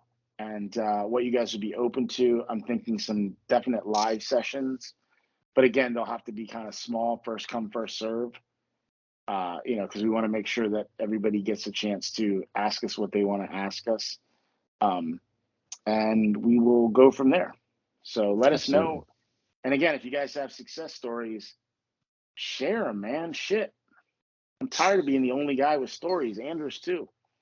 I know some of you guys out there listening have done some stuff, so let's hear it. Yeah, I have an idea. Like especially too, if you can come back to this podcast in a week or something, or whenever it is, and say, hey, you know what, I listened to it, and this is what landed for me. This is, I started doing this, and this happened, and just tell us your story. Tell us how you were able to move the needle. Yeah, what clicked for you? Yeah, we'd love to hear that. So what did you learn? What did you share it? Because maybe somebody else missed that point, and you're like, oh, when you spoke about this, like I have seen in previous videos, people are like time stamping stuff, and it's like for me. Yes, like, cool. That's cool. Yeah. The analytics tell us that you guys not only listen to these things, but you listen to them over and over again, but you never subscribe, you never comment. So it's kind of funny. But like, you guys want us to keep giving them to you, then honestly, we don't really care if you subscribe or comment, but we'd like it. I'm not going to be like, we'll stop doing it if you don't comment for us. Because we do these for us just as much as we do them for you. But it would be nice to see these other success stories. I love when people I never coached, I just said one little comment to, or never said anything to, and I got them to start reading the books, or they got closer to God because of something they heard or whatever. I love hearing that. Share with us how you got closer to God. That keeps, I don't need you guys to keep us going. We love doing it anyway, and we're going to keep doing it no matter what. But like, I don't know, it just definitely brings a smile on our face that day. Right? I send you stories all the time, Anders, right? When people do it, I'm like, look what they said about them and God now. Yeah. right? And I'm like, honestly, I think, as I told you when I got one, I'm like, hey, just getting this one alone makes it all worthwhile. So, we're good, but we just love hearing the stories. It's great. It's encouraging. And your story might spark someone else's success. Exactly. You got blessed, bless everybody back. That's literally what we're doing here. Like, we got blessed, and we're just like, let's share this stuff. Like, because if more people knew about this, I think the world would be a better place. Definitely. The world went crazy for a little bit. I feel it's getting better. So in my life, that's what I see. So I used to be political, all that. I'm done with all that.